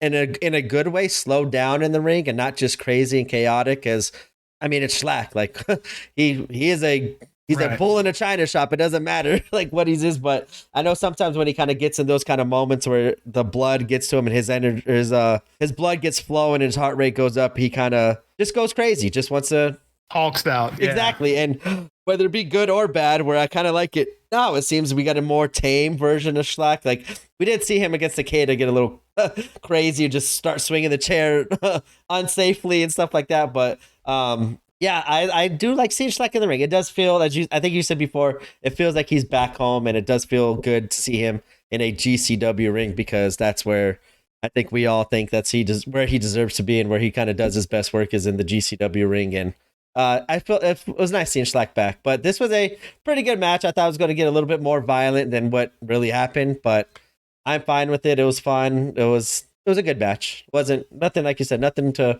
write home about, but nothing to complain about either. It was just a nice, solid match. It just wasn't as violent as I thought it would be, having Schlack and Segura in it. And we will go into the winner of the match, as the team of Sasaki and Miyamoto do pick up the victory as they pin Schlack for the victory. And yeah, it was a fun match. I'm a little surprised to see Schlack lose, because I know how loved he is with the Japan crowd and stuff like that, but I don't hate it. I don't mind it. Doesn't affect anything. This was a fun, entertaining show for the fans and us at home once it got produced to enjoy, and that's what this match was. It was an enjoyable match. Yeah. I'm going to know Schlack's home when we see him at the Carousel Room, and then when we see him in LA. When I see him in both spots for specific reasons, I'll know he's really home then. Yeah, I don't think any of the shows I ever went to, I don't think Schlack's ever been on a card out there, to be honest. Well, there's other companies in LA, and I don't nowadays, know now so I know what's going on. But before, I don't like all last year. I don't remember seeing him at all before all this stuff happened. So, but we weren't seeing as many death matches in LA as we are now. Like, now it's definitely picked up more death matches in LA over these last few shows. So maybe we will start seeing Schlack out there more and seeing what he does, because yeah, I'm the same way. Like between AC and the AC and UCC, those kind of feel like the two major homes for GCW. And once we get to see him back at home and kind of seeing the reaction that he gets, it's gonna be fun to see, because I'm interested to kind of see what kind of reaction he gets as well, either in AC or in LA, because of various outside possible conflicts and everything else. Yeah, but it is nice to see Schlack. Like, I'm not a huge giant Schlack fan. I think he fits a purpose, and for his character, what he is, just to come in, wreck shit, and go. Like, I don't mind seeing him as that. And I did feel seeing him back in the GCW, and he's like, man, yeah, I kind of do miss Schlack just kind of going in and causing havoc and leaving destruction in his warpath. So I am glad to have him back. So you take Schlack and you put him with Brian Cage. They could be the new Brothers of Destruction. You want to talk about a crew of two people that would just injure the fuck out of people and themselves. That would be a crew to do it. And then for a third man, let's put Big F and Joe in there. And we've got a team of 3 guys who would just be unstoppable as a team in death matches. Yeah. Be interesting. Anyway, yeah. Death match. Yeah, that's never going to happen. They're protecting his face. You know, they're protecting the moneymaker kind of thing. That's what that is. No, serious. You know what I mean? Like, yeah. He's trying to keep his mainstream so he doesn't cut up his looks. For our 4th matchup of the evening, we have another death match as Joey Janela going against Sakuda. And yeah, I wanted to see how crazy Joey would get kind of on his last night in Japan. I was thinking he would leave it all out there, kind of how he typically does, like, but especially if he's overseas and stuff like that.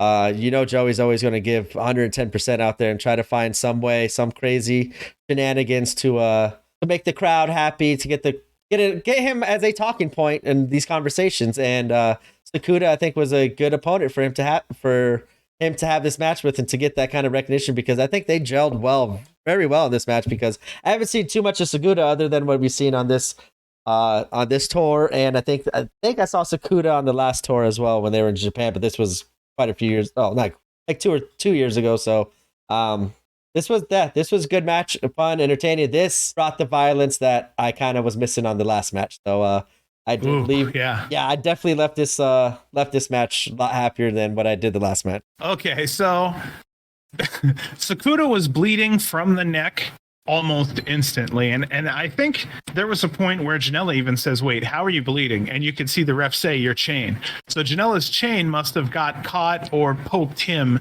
in the neck, and you could see it was enough to where it was bleeding down the guy's chest. And that's crazy. The whole necklace stuff with the crosses, or like when Jeff Hardy used to wear it with his little like logo that had the sharp ends, like 5 different sharp ends, and it was like a choker necklace. Like, yeah, I do not understand, especially at a death match, how you can wear jewelry and like earrings or anything like that, because that just seems like it's an unnecessary something that could something that could happen that doesn't need to happen if you just remove the necklace, because it's already dangerous enough as it is. But I didn't really notice. I kind of saw them when they pointed at his neck, but I didn't really notice like what was kind of going on there and stuff like that. But that makes complete sense now, because it was kind of weird. Like right away, Sakuda's blind. Like, wait, we haven't even brought out like any weapons or anything yet. Like, how are you bleeding? But that makes complete sense now. Do me a favor, because I'm going to bring it up in about 45 seconds to a minute. I want you to see it. Go to where Joey has those skewers in his, or the tattoo needles in his cheeks. Go there, and I want you to go to the part where you see him pulling it out. I'll get to that in a second while you're looking at that. So the one thing I mentioned here, and it took me probably 30 seconds and I was embarrassed I didn't see it, was that there was a weed whacker on the mat. So I put that in my notes because I was really happy to see that. For some reason, I'm not big on darts, but I love fucking weed whackers. Yeah, I don't know. That's even worse. Like, I'm the opposite. I see the weed whacker, I'm like, oh, this is going to suck for somebody. Like, usually it's Jimmy Lloyd, but I didn't see Jimmy in this match. I thought for sure Joey was going to get it. Dude, Joey got it too. Yes. Minute 2, light tubes, Joey got busted fucking good. Minute 3, half of his face is just completely bloodied bad. Minute 4, it took very little time, and the weed whacker was taken to Joey's back pretty fucking hard. Okay, so here's what I wanted to mention to you. There was the spot where that goes through his cheeks. You see the needle go through his cheeks, and I'm thinking, oh shit, that's crazy, right? Yeah. And then he takes lemons, and he puts the lemons on the skewer like it's a Joey kebab. Yeah, it's crazy. Now, there'll be a point where you'll see him do a move or two, and then he's going to take the lemons out, and then you're going to see it pull it out of his cheek. Now, I'm kind of one of those guys. I was raised around a Cuban lady. If that guy has a demon, you see that demon in that motherfucker in that. Go look at that face and the eyes and everything. Watch the video. I watched that video and then he probably 5-6 times. And I go, Steph, look at the face and the eyes on that man. Like, it's a different person when you pull it out. And I go, that right there, that's the crazy motherfucker you rarely see. And it came out in his face. Like, that's the demon Joey right there, dude. And it wasn't one of these short ones, as we kind of seen them go like with the short needles. Where they go through both cheeks and then squirt out the water out of a syringe. Like, this was not no syringe. It could have been a tattoo needle. I'll be honest with you. that thing was long. That was a good minimum a foot. Yeah, it was taking 6 inches out of Joey's mouth on either side. Where both sides, yeah. Even the kebab was put all the way to his cheeks, and you could still see the bars outside of his face. And that was a giant thing, and he pulled it out. And right away, like I saw too, like him just grab the light tubes and hit his head. It's like, yeah, Joey's in a different element right now. He's one of, dude. He's like, he's got a point. I saw his face. It's gonna be bad. I saw his face, and I'm thinking about all the Cuban things that my wife had taught me. I'm like, okay, is that Chango? What ghost is that going on in that boy? Because that's some crazy stuff. Yeah, the minute 7, Joey's face was covered in blood quite a bit. He got put through a barbed wire board in minute 7. Minute 8, Sakuda did a dive from the top of the ladder onto primarily no one and fell onto light tubes and chairs. Minute 9 was more tubes and chairs. Minutes 10 through 13 was really a lot of wrestling involving light tubes. I don't know how many light tubes were broken in those 2-3 minutes, but it was just a fantastic amount, man. Yeah, this was a crazy match. It was so fun to watch. And like, this was at the time of the night I was like, okay, I'm ready for some violence. Like I was ready for it last match, didn't quite get it, so I'm like, what the hell? And yeah, this one definitely made up for it because this was a Joey match. This was good. Sakuda was whenever I see Akira even go up to the top and he has the light tubes behind his back and he jumps off. Like I think there was one time we were talking about it where he landed like that. Was that such an angle? Or no, maybe it was Cyclope. I think it was Cyclope when he jumped off the Art of War games. That's what it was. And the angle of the tubes just had disaster written all over. Like I get squeamish when that kind of stuff happens. Like when they go up to the ladder with those light tubes, because it's just dangerous enough with the light tubes. But when you add that height and angles, and then you got to wrap it around your back and try to land on somebody on top of that, like I just think it just adds more options for disaster. And Kuda didn't even just take the back flop. He did turn it into a swanton, which was pretty crazy. But luckily it wasn't, as you said, it was right onto chair, so it didn't land on anybody. But every time I see them go up top with high altitudes with light tubes, I always kind of get worried. But Kuda absolutely killed it. I now want to watch some more Sakuda matches. I don't know if he's been announced for NGI yet or whatnot, but I want this NGI not to be like 8 wrestlers no more. I want 6. I know it's selfish and I know it's super dangerous, but after watching these Japan shows, I think like you could bring 8 over just by themselves. And then GCW's got at least 8 amazing deathmatch wrestlers. And obviously, as we kind of gotten like Akira from somewhere else and other wrestlers, I just think there's so much talent out there. But yeah, Sakuda, after this match, I was like, I definitely want to see him in NGI because I think he would be pretty violent in there against a Drew Parker, against a Cole Radrick would be fun to see.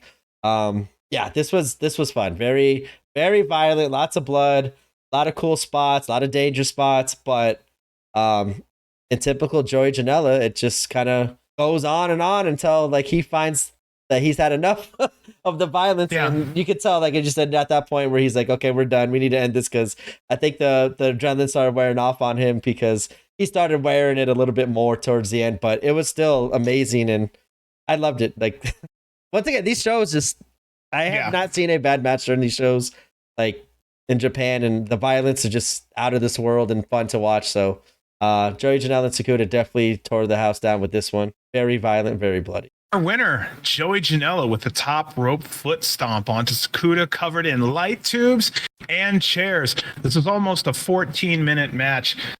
This match, I'll put it this way, and I'm going to kind of back you up here. When it came down to deathmatch violence, match 2 with Effie was like a 0. Then the third match coming up with Schlack was like a 60. So it's like 0 to 60 really quick.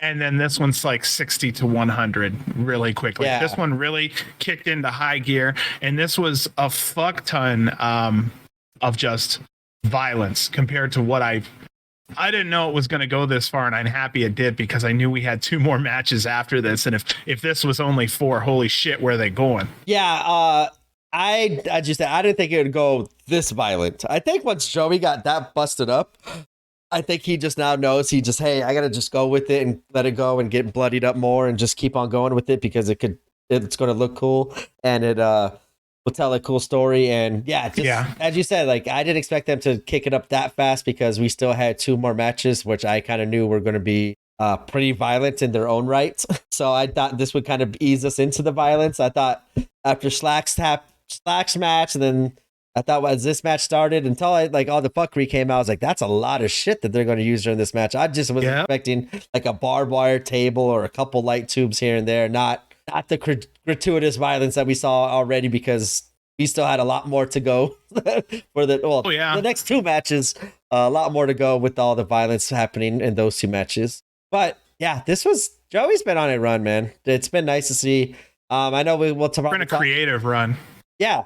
A very creative run. I know we'll probably kind of talk about it once we cover Fight Club on our next episode, but seeing Joey kind of still perform at this level and seeing all the GCW after all this traveling that we were kind of talking about that they've done just in the month of October alone. It's been, I guess the end of September. The last 3 weeks, they've gone to UK, they came back to LA, they go out to Japan, they come back to AC, they're going back to Mexico next week. It's like they're just, it's a lot. And to see the performers kind of being on top of their game for the most part, with all the traveling, all the crazy matches and the punishment they've been doing to their bodies. And probably I'm going to absolutely assume that not getting enough rest to recover from all this stuff, because they land on Tuesday and right back at it Thursday or something like that. It's it's been incredible to watch. And it just gives, to me, I just felt a lot more gratitude to all the wrestlers for everything that they do, because seeing the traveling and all that stuff cannot be hard, and for them to still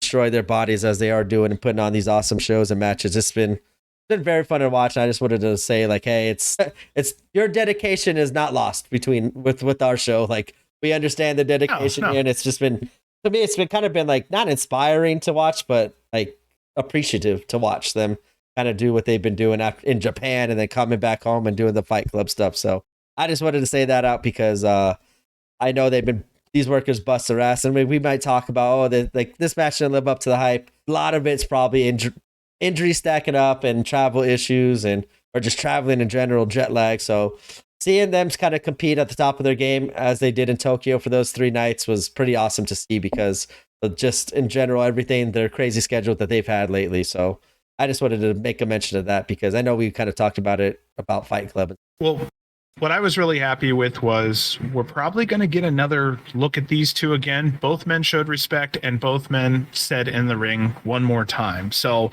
I'm really hoping we see this again, because this was satisfying, and I couldn't see a death matcher not enjoying this match. So I want to see it one more time. That's for sure. And of course, Joey ends the way only Joey could end. He pulls his pants down and purposely shows his ass in Japan as he leaves for one final time. Gives the American goodbye to the Japanese fan, and only Joey Janela.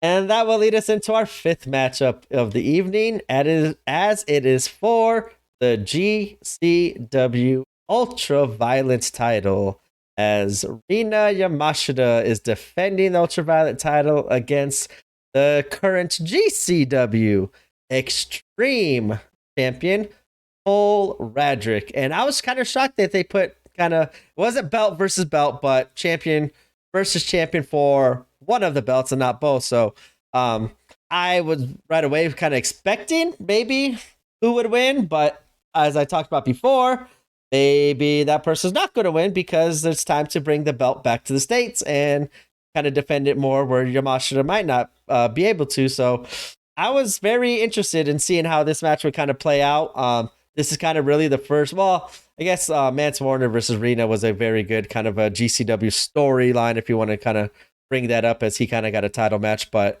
seeing kind of GCW champion versus champion, was very fun for me, like just to kind of think of what they were going to do. And I just knew that these two were going to get violent. I thought, this is another giant step up, not giant step up, but a big step for Cole Radrick against a tougher competitor in the ultraviolet kind of scene. And this match, once again, just did not disappoint. Very innovative moves. I love the psychology that they had during this match. And that's kind of weird saying out loud about a death match. They had psychology, but these two actually like let moves breathe, let the violence kind of breathe, told a lot of stories with their faces, not their actions throughout this match. So it got me emotionally invested as the match kind of went on to see, like I was rooting for Cole Radrick, and it's kind of see him being a double champ. Would have been kind of nice to see him coming back to Fight Club as a double champ and then maybe losing one of those belts, like the extreme belt and a scramble or something like that. But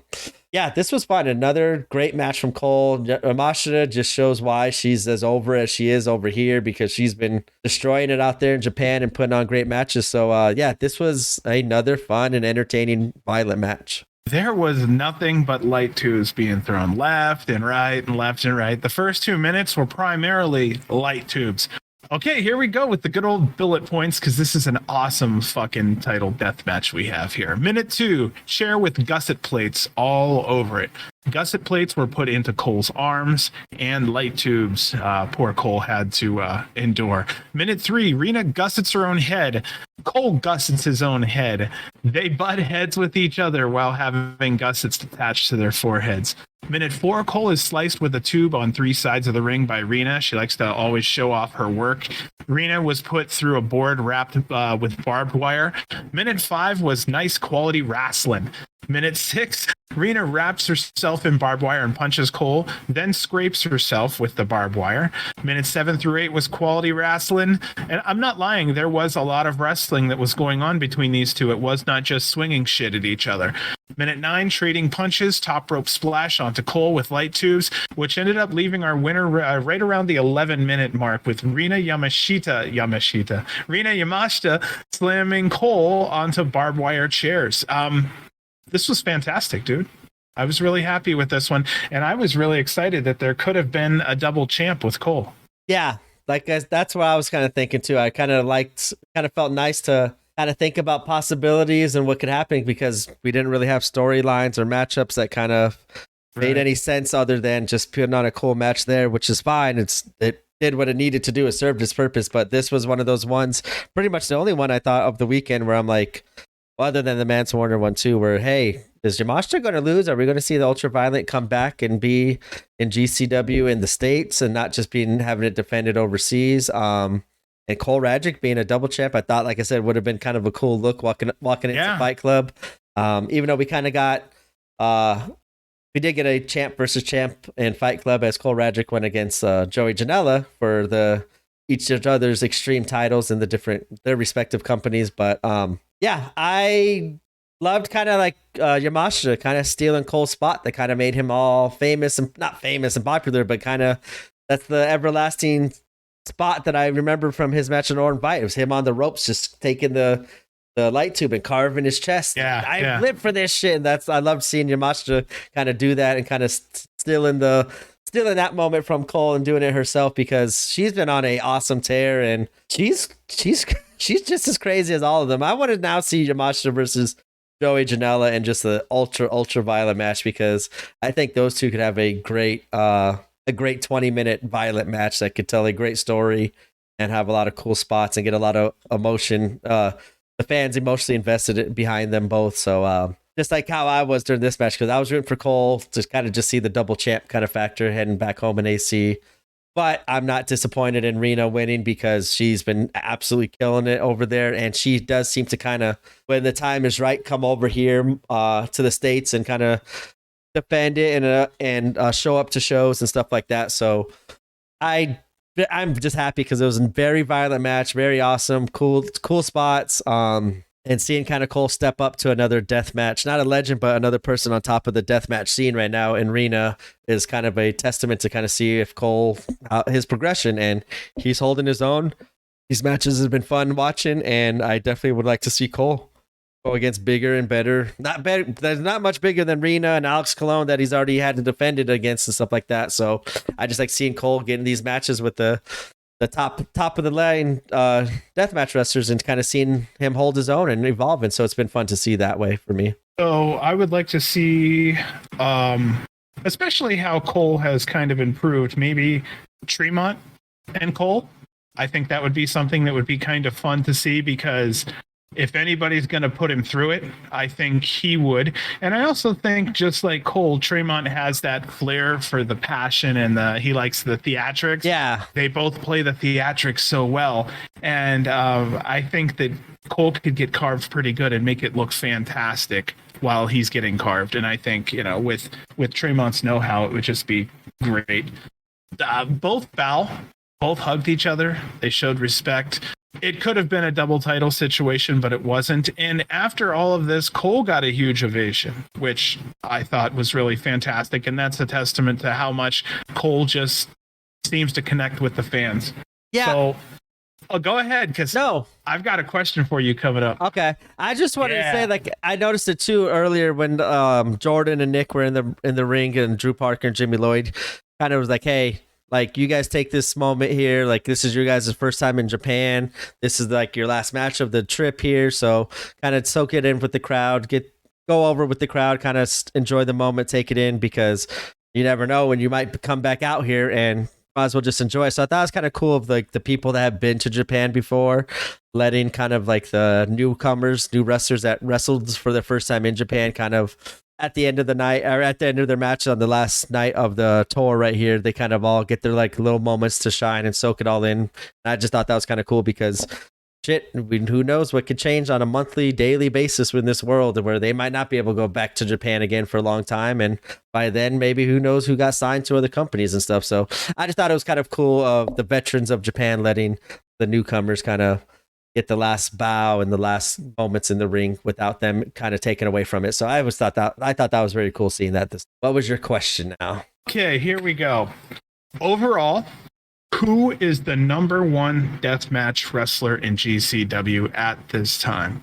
Now, maybe I'll talk for a minute, because it is fair for you to kind of sit there and think. It is a lot. You have one already. I see your mouth opening. If you want to consider him GCW, Drew Parker in my mind. Sure. Okay. Drew Parker's up there. I'd hate to knock Alex Colon even to third.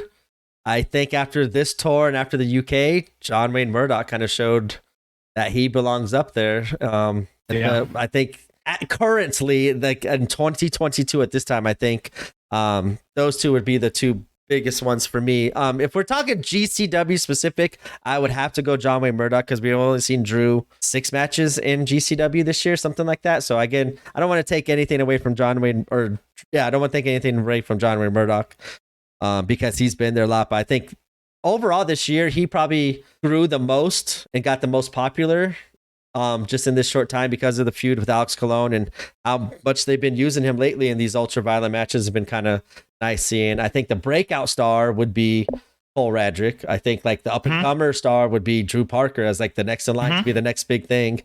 100%. I think if you ask me like right now, who's the number one deathmatch wrestler in the world, like not just 22, I'd say Alex Colon. So I think based off your question though, this year, who's the best GCW overall. Yeah. Because you got to figure in to see, this is what I put overall in there for, was because that includes the word wrestling. So that automatically kind of puts Cologne in that category further up the list. Drew Parker too, man, that motherfucker can wrestle. Like, he's so versatile on both sides. That's why I kind of like loved him at the beginning when I first saw him. Like I said, my first match I saw him was there was 0 weapons involved, if I'm not mistaken. It feels like a long time ago that was. But it's been a long time, like, since I saw that. And I don't remember there being any weapons, but I remember like the second time I saw him and he's got the light tubes and all this shit. I'm like, what the fuck is he doing? He's a wrestler, but then he incorporated it so smooth and did some cool stuff. And that's why I like Segura. That's why I like Cologne, Sakuda, John Wayne Murdoch. It's like, as you said, they got the wrestling down. They don't just have the death match, they have the wrestling. So in my mind, that's like kind of why I like Drew Parker's, for reasons like that. Okay, so since we're in the middle between number 5 and match number 6 coming up here, what I was really going to tell you was it really is for me between Cologne and Murdoch when it comes to overall. If the violence level was stepped up on Cole, I would say we would add that more. I would say with Sawyer Wreck, I would need to see more wrestling, things like that, I think, over time. But there's a lot to go. But when it comes to tough as nails, I mean, that lady can take a fucking punch. She's tough. She's had a couple of impressive moments with the death matches here and there. I don't know if I would want to see her full time swinging a light tube at people on a weekly basis. But at this stage of the game, at least, but like she's still growing. Like, she's one of these wrestlers that's literally growing, hopefully not still taller, but literally growing in front of her eyes and evolving and improving and showing us like, hey, every time we do see her, there's something a little different. I think because of her size and length, like it's just natural over and the charisma that she has. with the crowd. Like, I think she's naturally over in that kind of form, but I think she's still got a long way to go to improve in the ring, which is fine. And I think they've been booking her pretty smart with putting her in like a Joey Janela. I don't know if she went against Draymond or not, but like she's being put in with veterans that could kind of help her out and help her grow and learn. Because the only way you're going to get better, obviously, is to be out there in front of the crowd and do it and learn on the job. So I just think she has a long way to go. Not discounting anything she's done now, because to get over with as much as she is over with the AC crowd, especially. She's doing something right, obviously, and it's good for her to kind of get that reaction. So she's doing what a lot of these wrestlers that aren't green and have been busting their ass and solid in the ring can't get over with the crowd for some reason. So she's capitalizing on her strengths, which is very smart and very good. So I thought. And here comes Hunter Freeman, right? Coming up the back now, finally, just now getting started over in GCW, and he's a wrestler. He's agile. He's got the length. He's got speed to him. He's got strength, and he's taking a fucking beating too. He's another one that for right now has all the pieces to be a complete wrestler, and he's still same thing, upward trajectory. Right now for sure. And that will lead us into. We did say, Rena did win as she's still the ultra-violent champion. Will lead us into our main events of the evening. It is another GCW title match, this time for the tag team titles. Talking about two competitors that we were just talking about, the Mega Bastards, Alex Colon and John Wayne Murdoch, going against, I fucking love this team. I love this match, everything. Jun Kasai and Takeda, and wow, I hunkered down on this one. I definitely wanted to watch everything. I wanted to watch the violence. I wanted to watch Jun Kasai. Might be the last time I see him in a GCW ring.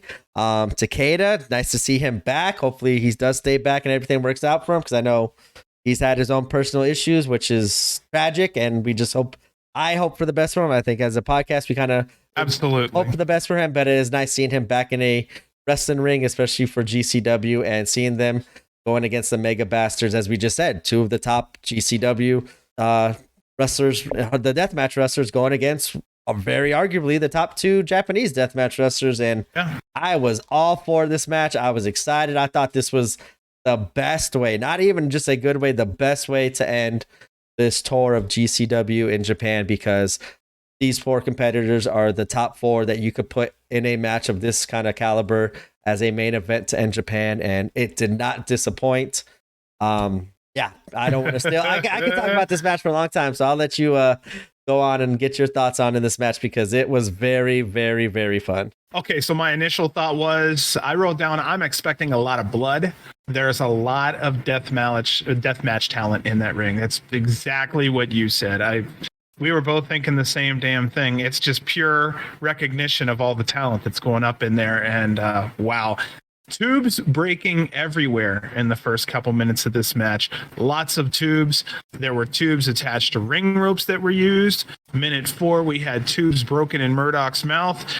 Skewers put in poor Murdoch's head. Minute 5, the gussets came out. Minute 6, Kasai and Takeda gussets into each other's foreheads, and then Murdoch was slammed onto the gusset. Poor Murdoch. Minute 7 and 8 was fucking glass flying everywhere. Minute 9, chairs and light tubes slammed onto poor Murdoch. The last 2 minutes was Murdoch continuing to take most of the damage. I am not trying to. It just came out with the fact that Murdoch was on the receiving end of so much punishment that's what took over my notes. Yeah.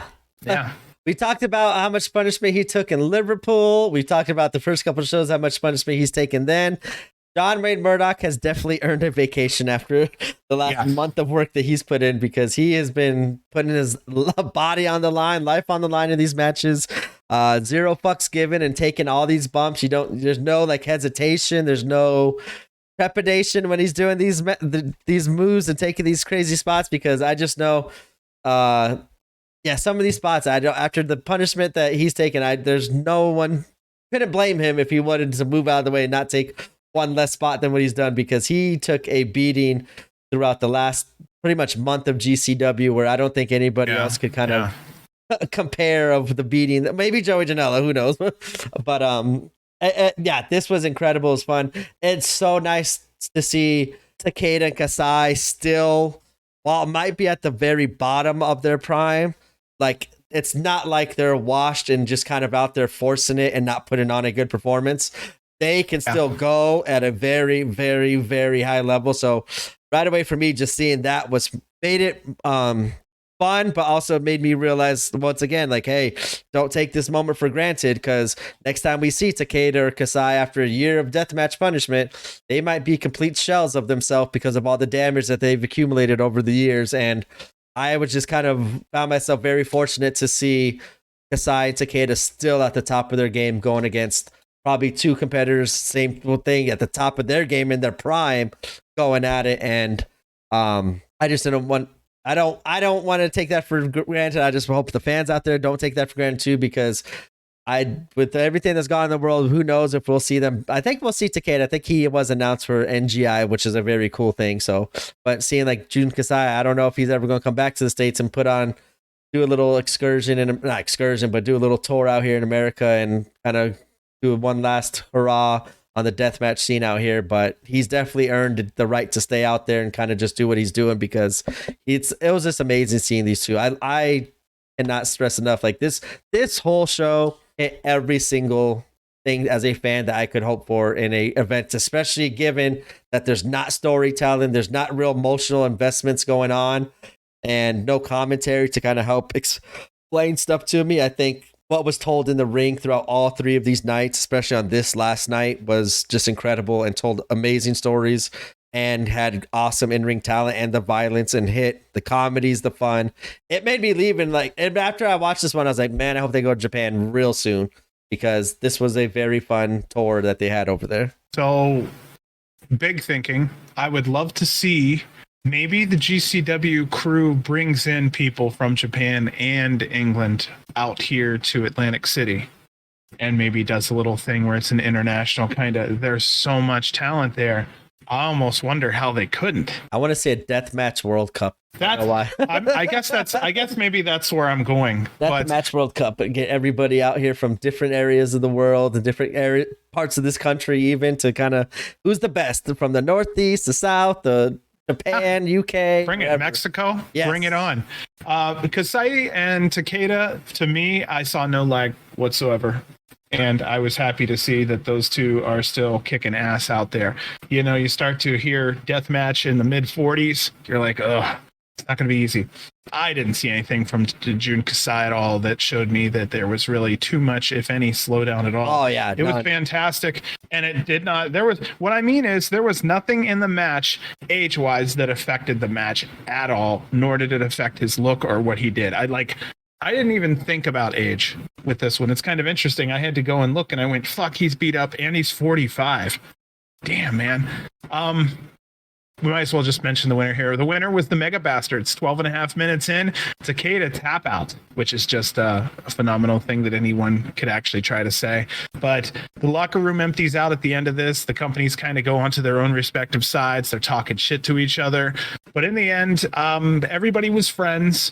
Everybody had a chance to say their piece, and GCW was welcomed back. The other company with Freedom's company basically left the ring so that GCW could kind of, just give them their time to shine, since they came all the way over to put on this amazing show for everyone over there. And then lastly, Lloyd had a riot shield. I forgot to mention this. I'm so glad you're bringing this up, though, because this to me, I was like, wow, this was actually a smart way and cool way to end the night. Off of what you're about to say, because it was. You're about to say it. No, you say it. Go ahead. No, I interrupted you. Okay.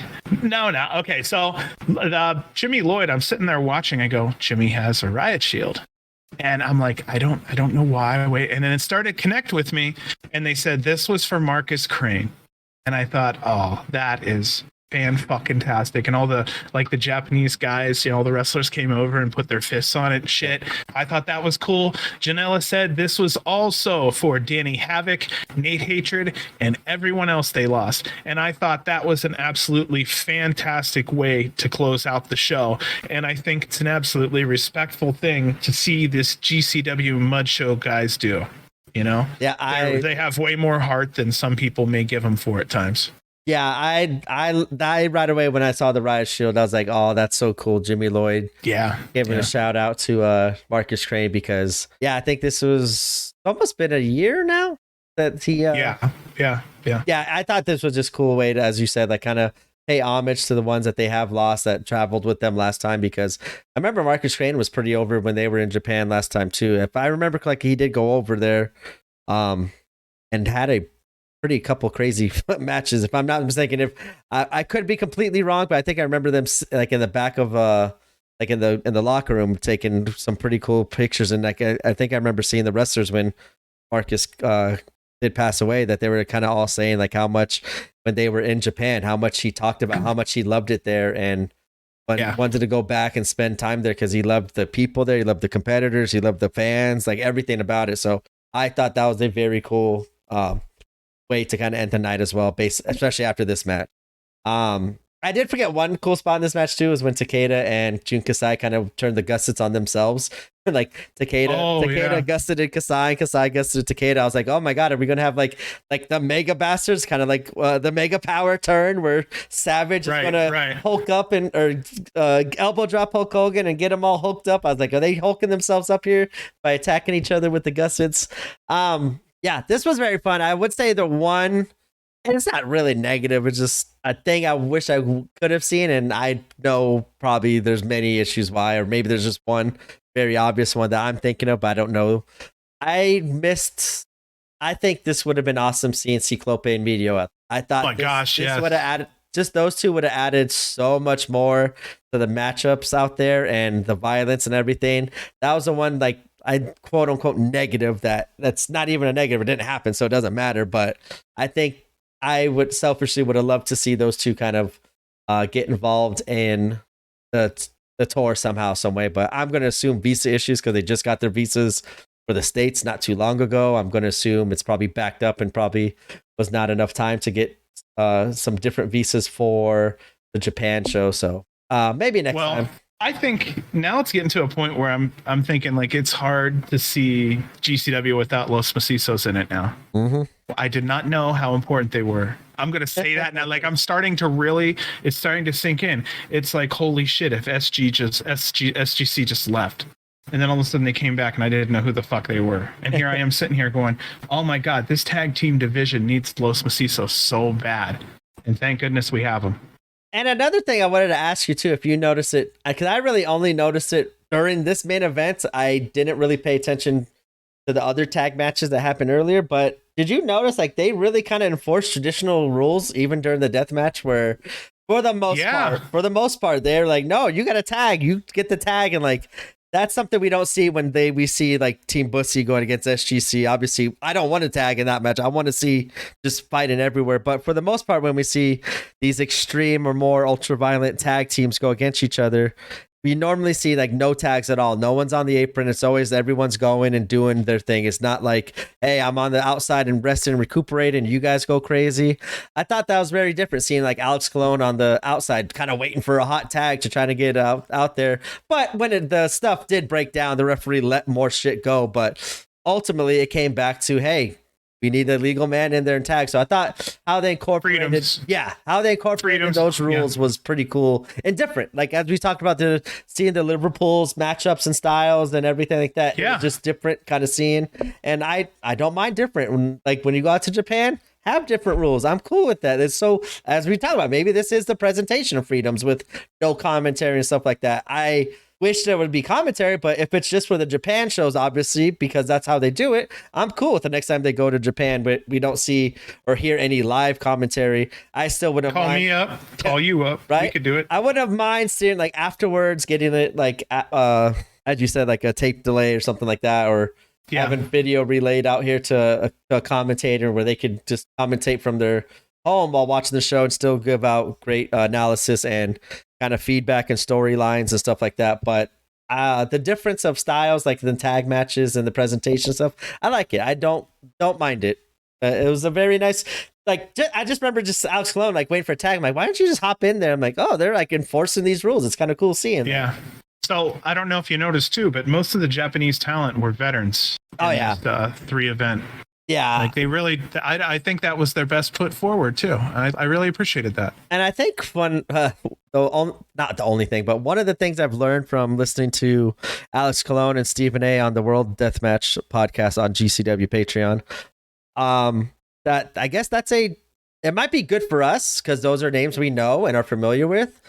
Mm-hmm. But I guess that's a big problem out there with Big Japan Wrestling and Freedoms is, oh really? There's not, other than like Drew, there's no young talent that they're building to kind of take over once these older wrestlers start to retire and get away from the business. They've kind of booked themselves into a hole where they're just still booking the top line guys, no matter how much older they're getting, less frequently they're seeing them, and they're kind of having a hard time building up new stars out there. So yeah, once you said that was like, that just popped in my mind. It's like I remember them talking about that's how it's kind of a problem out there where Drew's kind of it. Like so here's another one for you. I was listening to Cornette, the bad guy to GCW, which I'm unabashedly definitely a fan because I grew up and I understand. I understand Cornette about 85 to 80% of the time. Holy shit, I was going to say something and I completely forgot what I was going to say to you. Oh my goodness. The talent, I think building new talent, bringing yes. So Cornette, okay, I'm so sorry. Thank you. So, by the way, for anybody who wonders why I'm absent-minded, I am under the weather a touch. So, that's okay.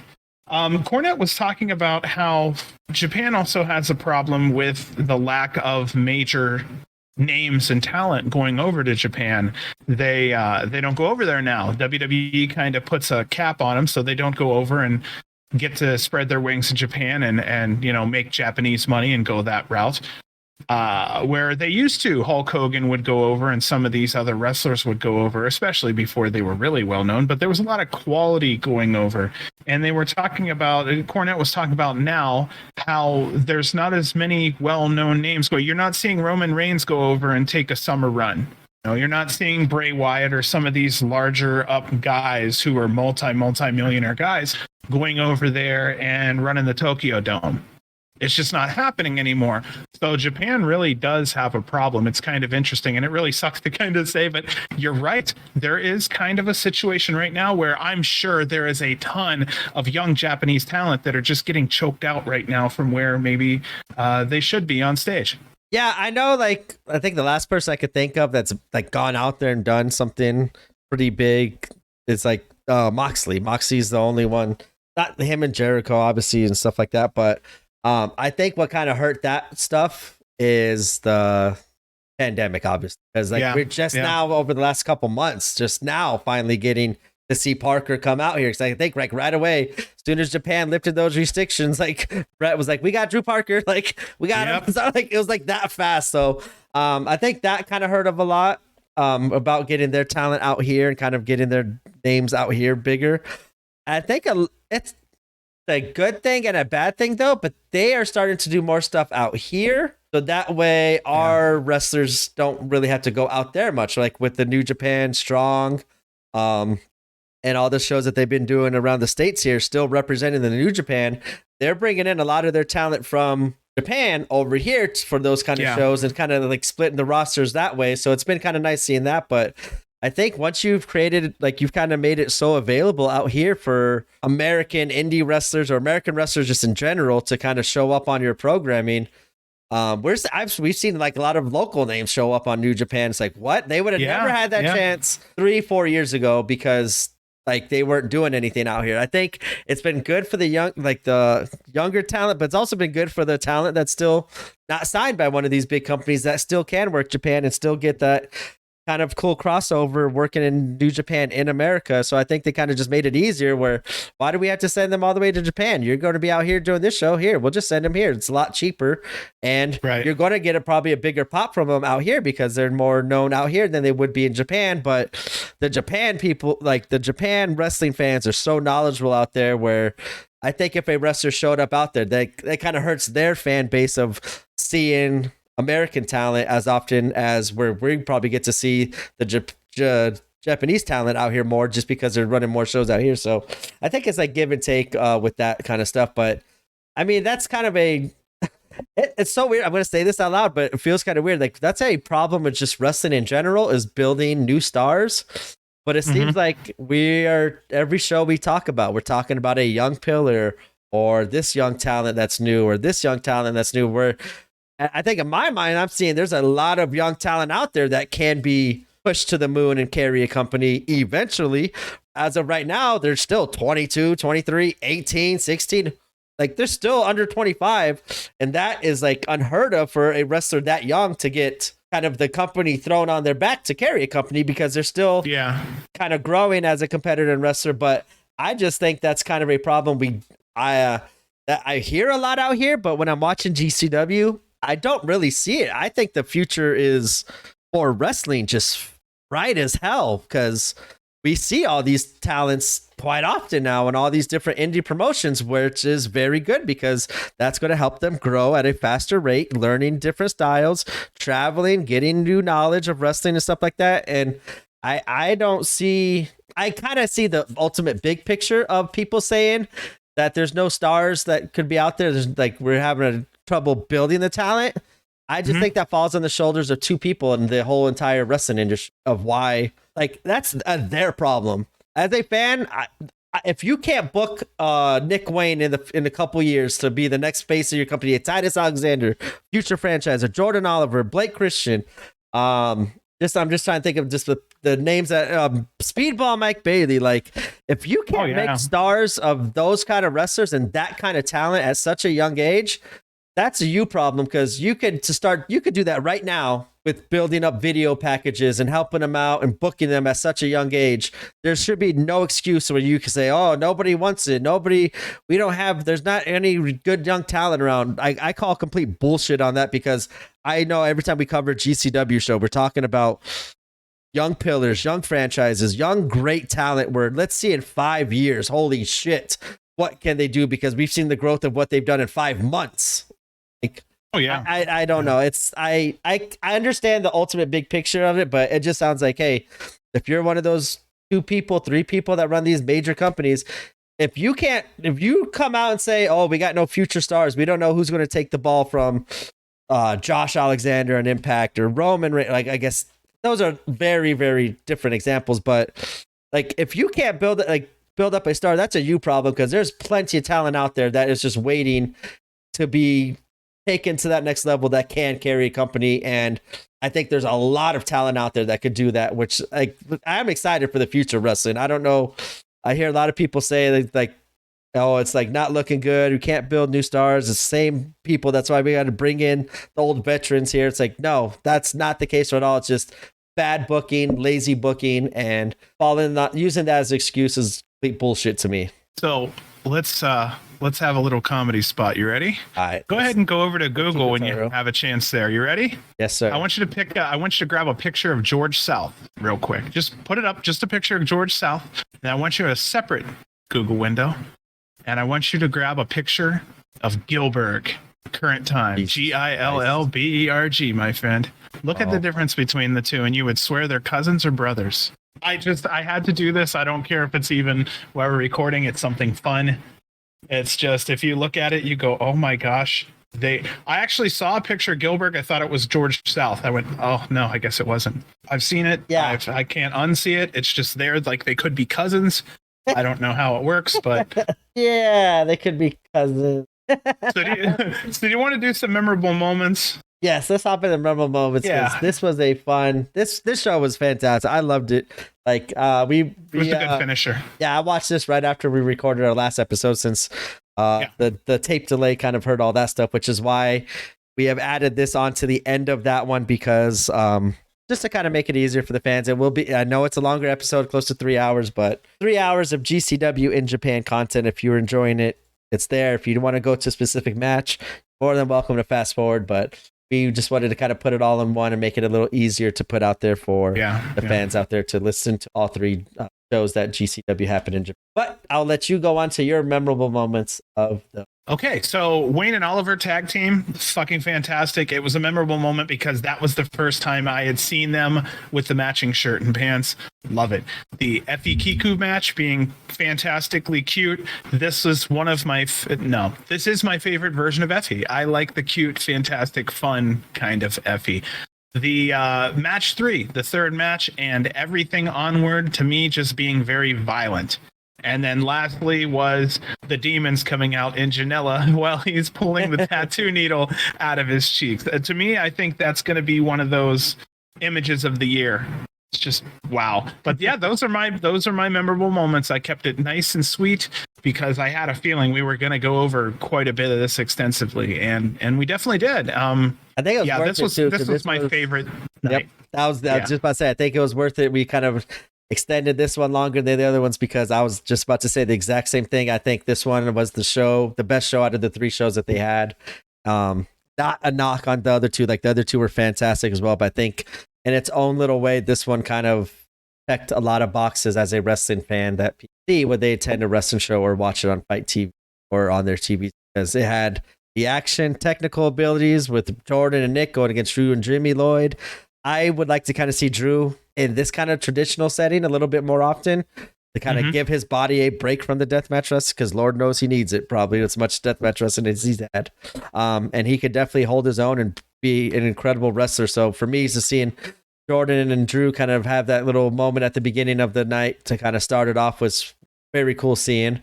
Effie Kikutaro match of all 3 nights just because of the entertainment value that they did. Like I said, as you were talking about, I went back and I was like dying laughing again just on that spot with Scarlett Donovan too. So Effie and Kikutaro definitely had the match of the most fun match of the weekend for me. And then, as the rest of the night, as you said, just picked up, the violence just continued. Joey and Sakuda destroyed it. Awesome chemistry that they had. Definitely would want to see them run it back. Reno versus Cole, champion versus champion. Very nice seeing that and kind of having a little bit story element added to this show because we kind of were missing it, but they both killed it and were very good champions. And the main event was top of the line deathmatch wrestling for me. Yes. Just to see those, probably, if you asked me probably who my 4 was, sorry, John Wayne Murdoch, I probably would have substituted you out on this one for Drew Parker, but you are probably having the best year this year for GCW. I even gave you the shout out there, so don't come at me, Rabbit King. But just for the sake of that match, I would have liked to see Drew Parker inserted into that match just to see. In my mind, those are the top 4 deathmatch wrestlers that in my book, those are literally the top 4 I have in my mind. So seeing all 4 of those competitors, and as I said, kind of very fortunate enough to still see Jun Kasai and Takeda at the top of their game at their age and still put it on. Like I said, it wasn't let's just get them through this match and try to hide them. They could still go, and it was incredible watching. And John Wayne Murdoch still taking the beating of the month. The most beating out of anybody in GCW roster month. I feel bad saying what I just said. That's why I'm like, John, I love you. You are as I say, the top deathmatch wrestler this year. I think it has to be you in my book. But unfortunately, I would like to see Drew in that kind of match just to kind of see it. But Drew, still so young. Hopefully, I get to see Drew against Kasai. I know I'll see Drew against Takeda again. A fan on Twitter pointed that out to me. So I actually, because of that little tweet here, I started watching a little bit of kind of the build up and the history of Takeda versus Parker, which has kind of been fun seeing completely new footage and stuff matches that I've never seen. So it's been kind of fun diving into Drew Parker's deathmatch catalog and Takeda's as well. So this was fun 3 shows, but this show definitely probably the best one in my opinion of the night or of the weekend, and it was just fun. I think it's always fun whenever they go out to Japan because you just know that in Japan they're gonna give GCW the love. I might not have been as vocal as Liverpool because of certain restrictions, but you could tell that the fans were very happy to see GCW out there. They're very happy to see Jimmy Lloyd and Slack on in their ring again. So I enjoyed the weekend. Great 3 nights of wrestling. It was like GCW is running shows, and then they go to England, and the crowd gets turned up. They go to Japan and the crowd gets turned down. Yeah. They come back home and then the crowd's just right again. Yeah. Yeah. I don't have much more to say, honestly, myself. I just wanted to say that John Wayne Murdoch is the fucking man too. I had to put my 2 cents in. And thank you, GCW, again. I think everybody over there appreciated it. It looks like all the pictures and everything. Epi said that GCW's way over in Japan. So yeah, just seeing the merch lines. I know we talked about last time, but just like seeing those merch lines, they're bigger than kind of what they are out here, which is, it's just incredible to see.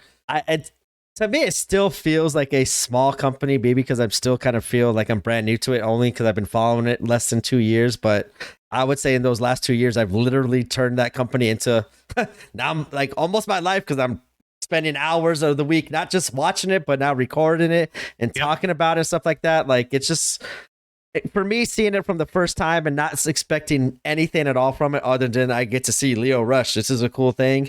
And to be at that first event and having it blow my mind to kind of now seeing something that I know is not as popular as the top 3-4 companies, so I don't need it to be. I like it how it is, and seeing the different venues, the different fights, the different matchups, the craziness, the innovativeness, the young talent, and seeing them now like going to Japan, going to England, it just blows my mind that this company's that popular where they could still do that stuff. And like, that's just my ignorance. It's just very cool seeing it on my end, seeing like, I don't know, just doesn't feel like a little kid growing up, but it just feels like, hey, like I'm happy for the wrestlers, seeing their happiness like during these pictures that we're seeing them of enjoying the time out in Japan and performing out there, because I know that's probably a lot of checks on a lot of bucket lists that a lot of the wrestlers got to do there. And it's very cool to see that GCW is providing that opportunity. And it's very cool seeing the fans all over the world giving GCW that love and respect for them to take that risk to go out there. So it's just been cool to see. I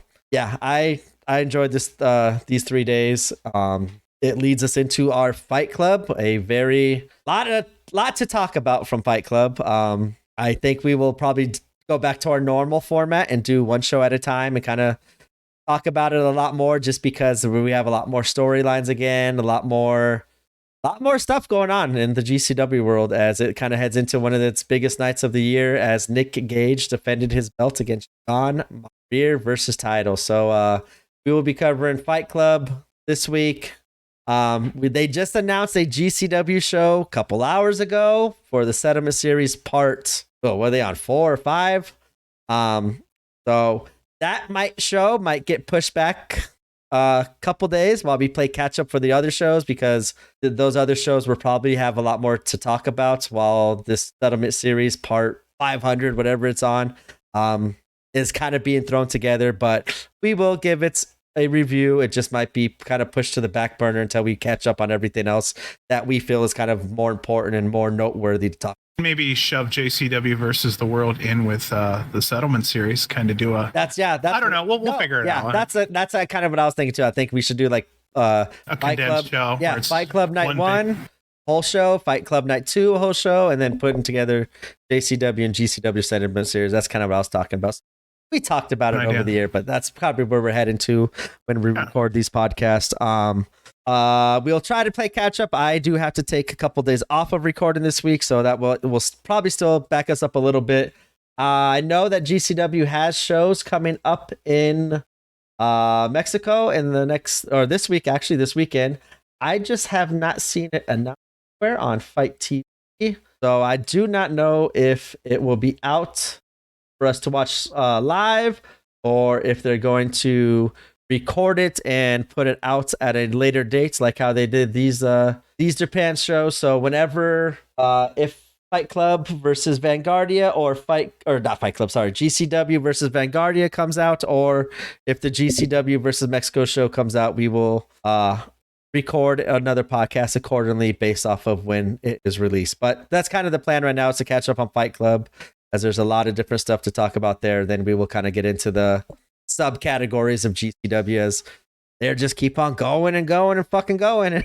And we're just on their train playing catch up. So it's been fun though. I can't wait to talk about Fight Club. It's been fun and tiring. Yeah. Tiring to a point to where you'll say shit like toot toot. Toot toot. Toot toot, bitch. It happened. Oh, goodness gracious. Is there anything else you wanted to add on before we send the listeners off? Happy as hell, thankful as fuck. Yes, thank you all again for listening to us again. I know our schedule has not been consistent. It is it is what it is. We try our best. We're not getting paid here, so it's not like we could quit our shoot jobs and do this. We're just doing this for fun. We're just trying to get some more fans out there. I'm still stripping. That explains why we had to put out 5 podcasts a couple weeks ago. That explains a lot now. Yeah, that explains all them dollar bills behind me here. Yeah. But yeah, we will do our best we can. We will play catch up. I do just want to say it is appreciated you guys listening to us as often as you guys have been, and giving us the feedback online. We've been kind of interacting with some fans about the show, so it's been kind of fun doing that. And we will do our best and just keep on putting out shows as we can. But I do want to thank you all for the patience and understanding of letting us not do a more scheduled kind of releases. Life happens. We both have full jobs and stuff. So I just wanted to say thank you guys out there for still listening, and supporting as you guys are, because it has been fun doing these things, and it's still always motivating after we see new numbers when we release podcasts to motivate us to, even when we're tired, to hop back in it and get in the lab and record another one, get our thoughts out of our mind, because Lord knows both of our wives can't hear us for 2 days talking about GCW. We have to get on the mic and put it out there somehow, some way. So on behalf of myself and Mr. John J. Wolf, we will catch you on our next episode covering GCW Fight Club Night 1. And as we always do, long live GCW. Oh, that wasn't bad. Oh my toot goodness. Toot.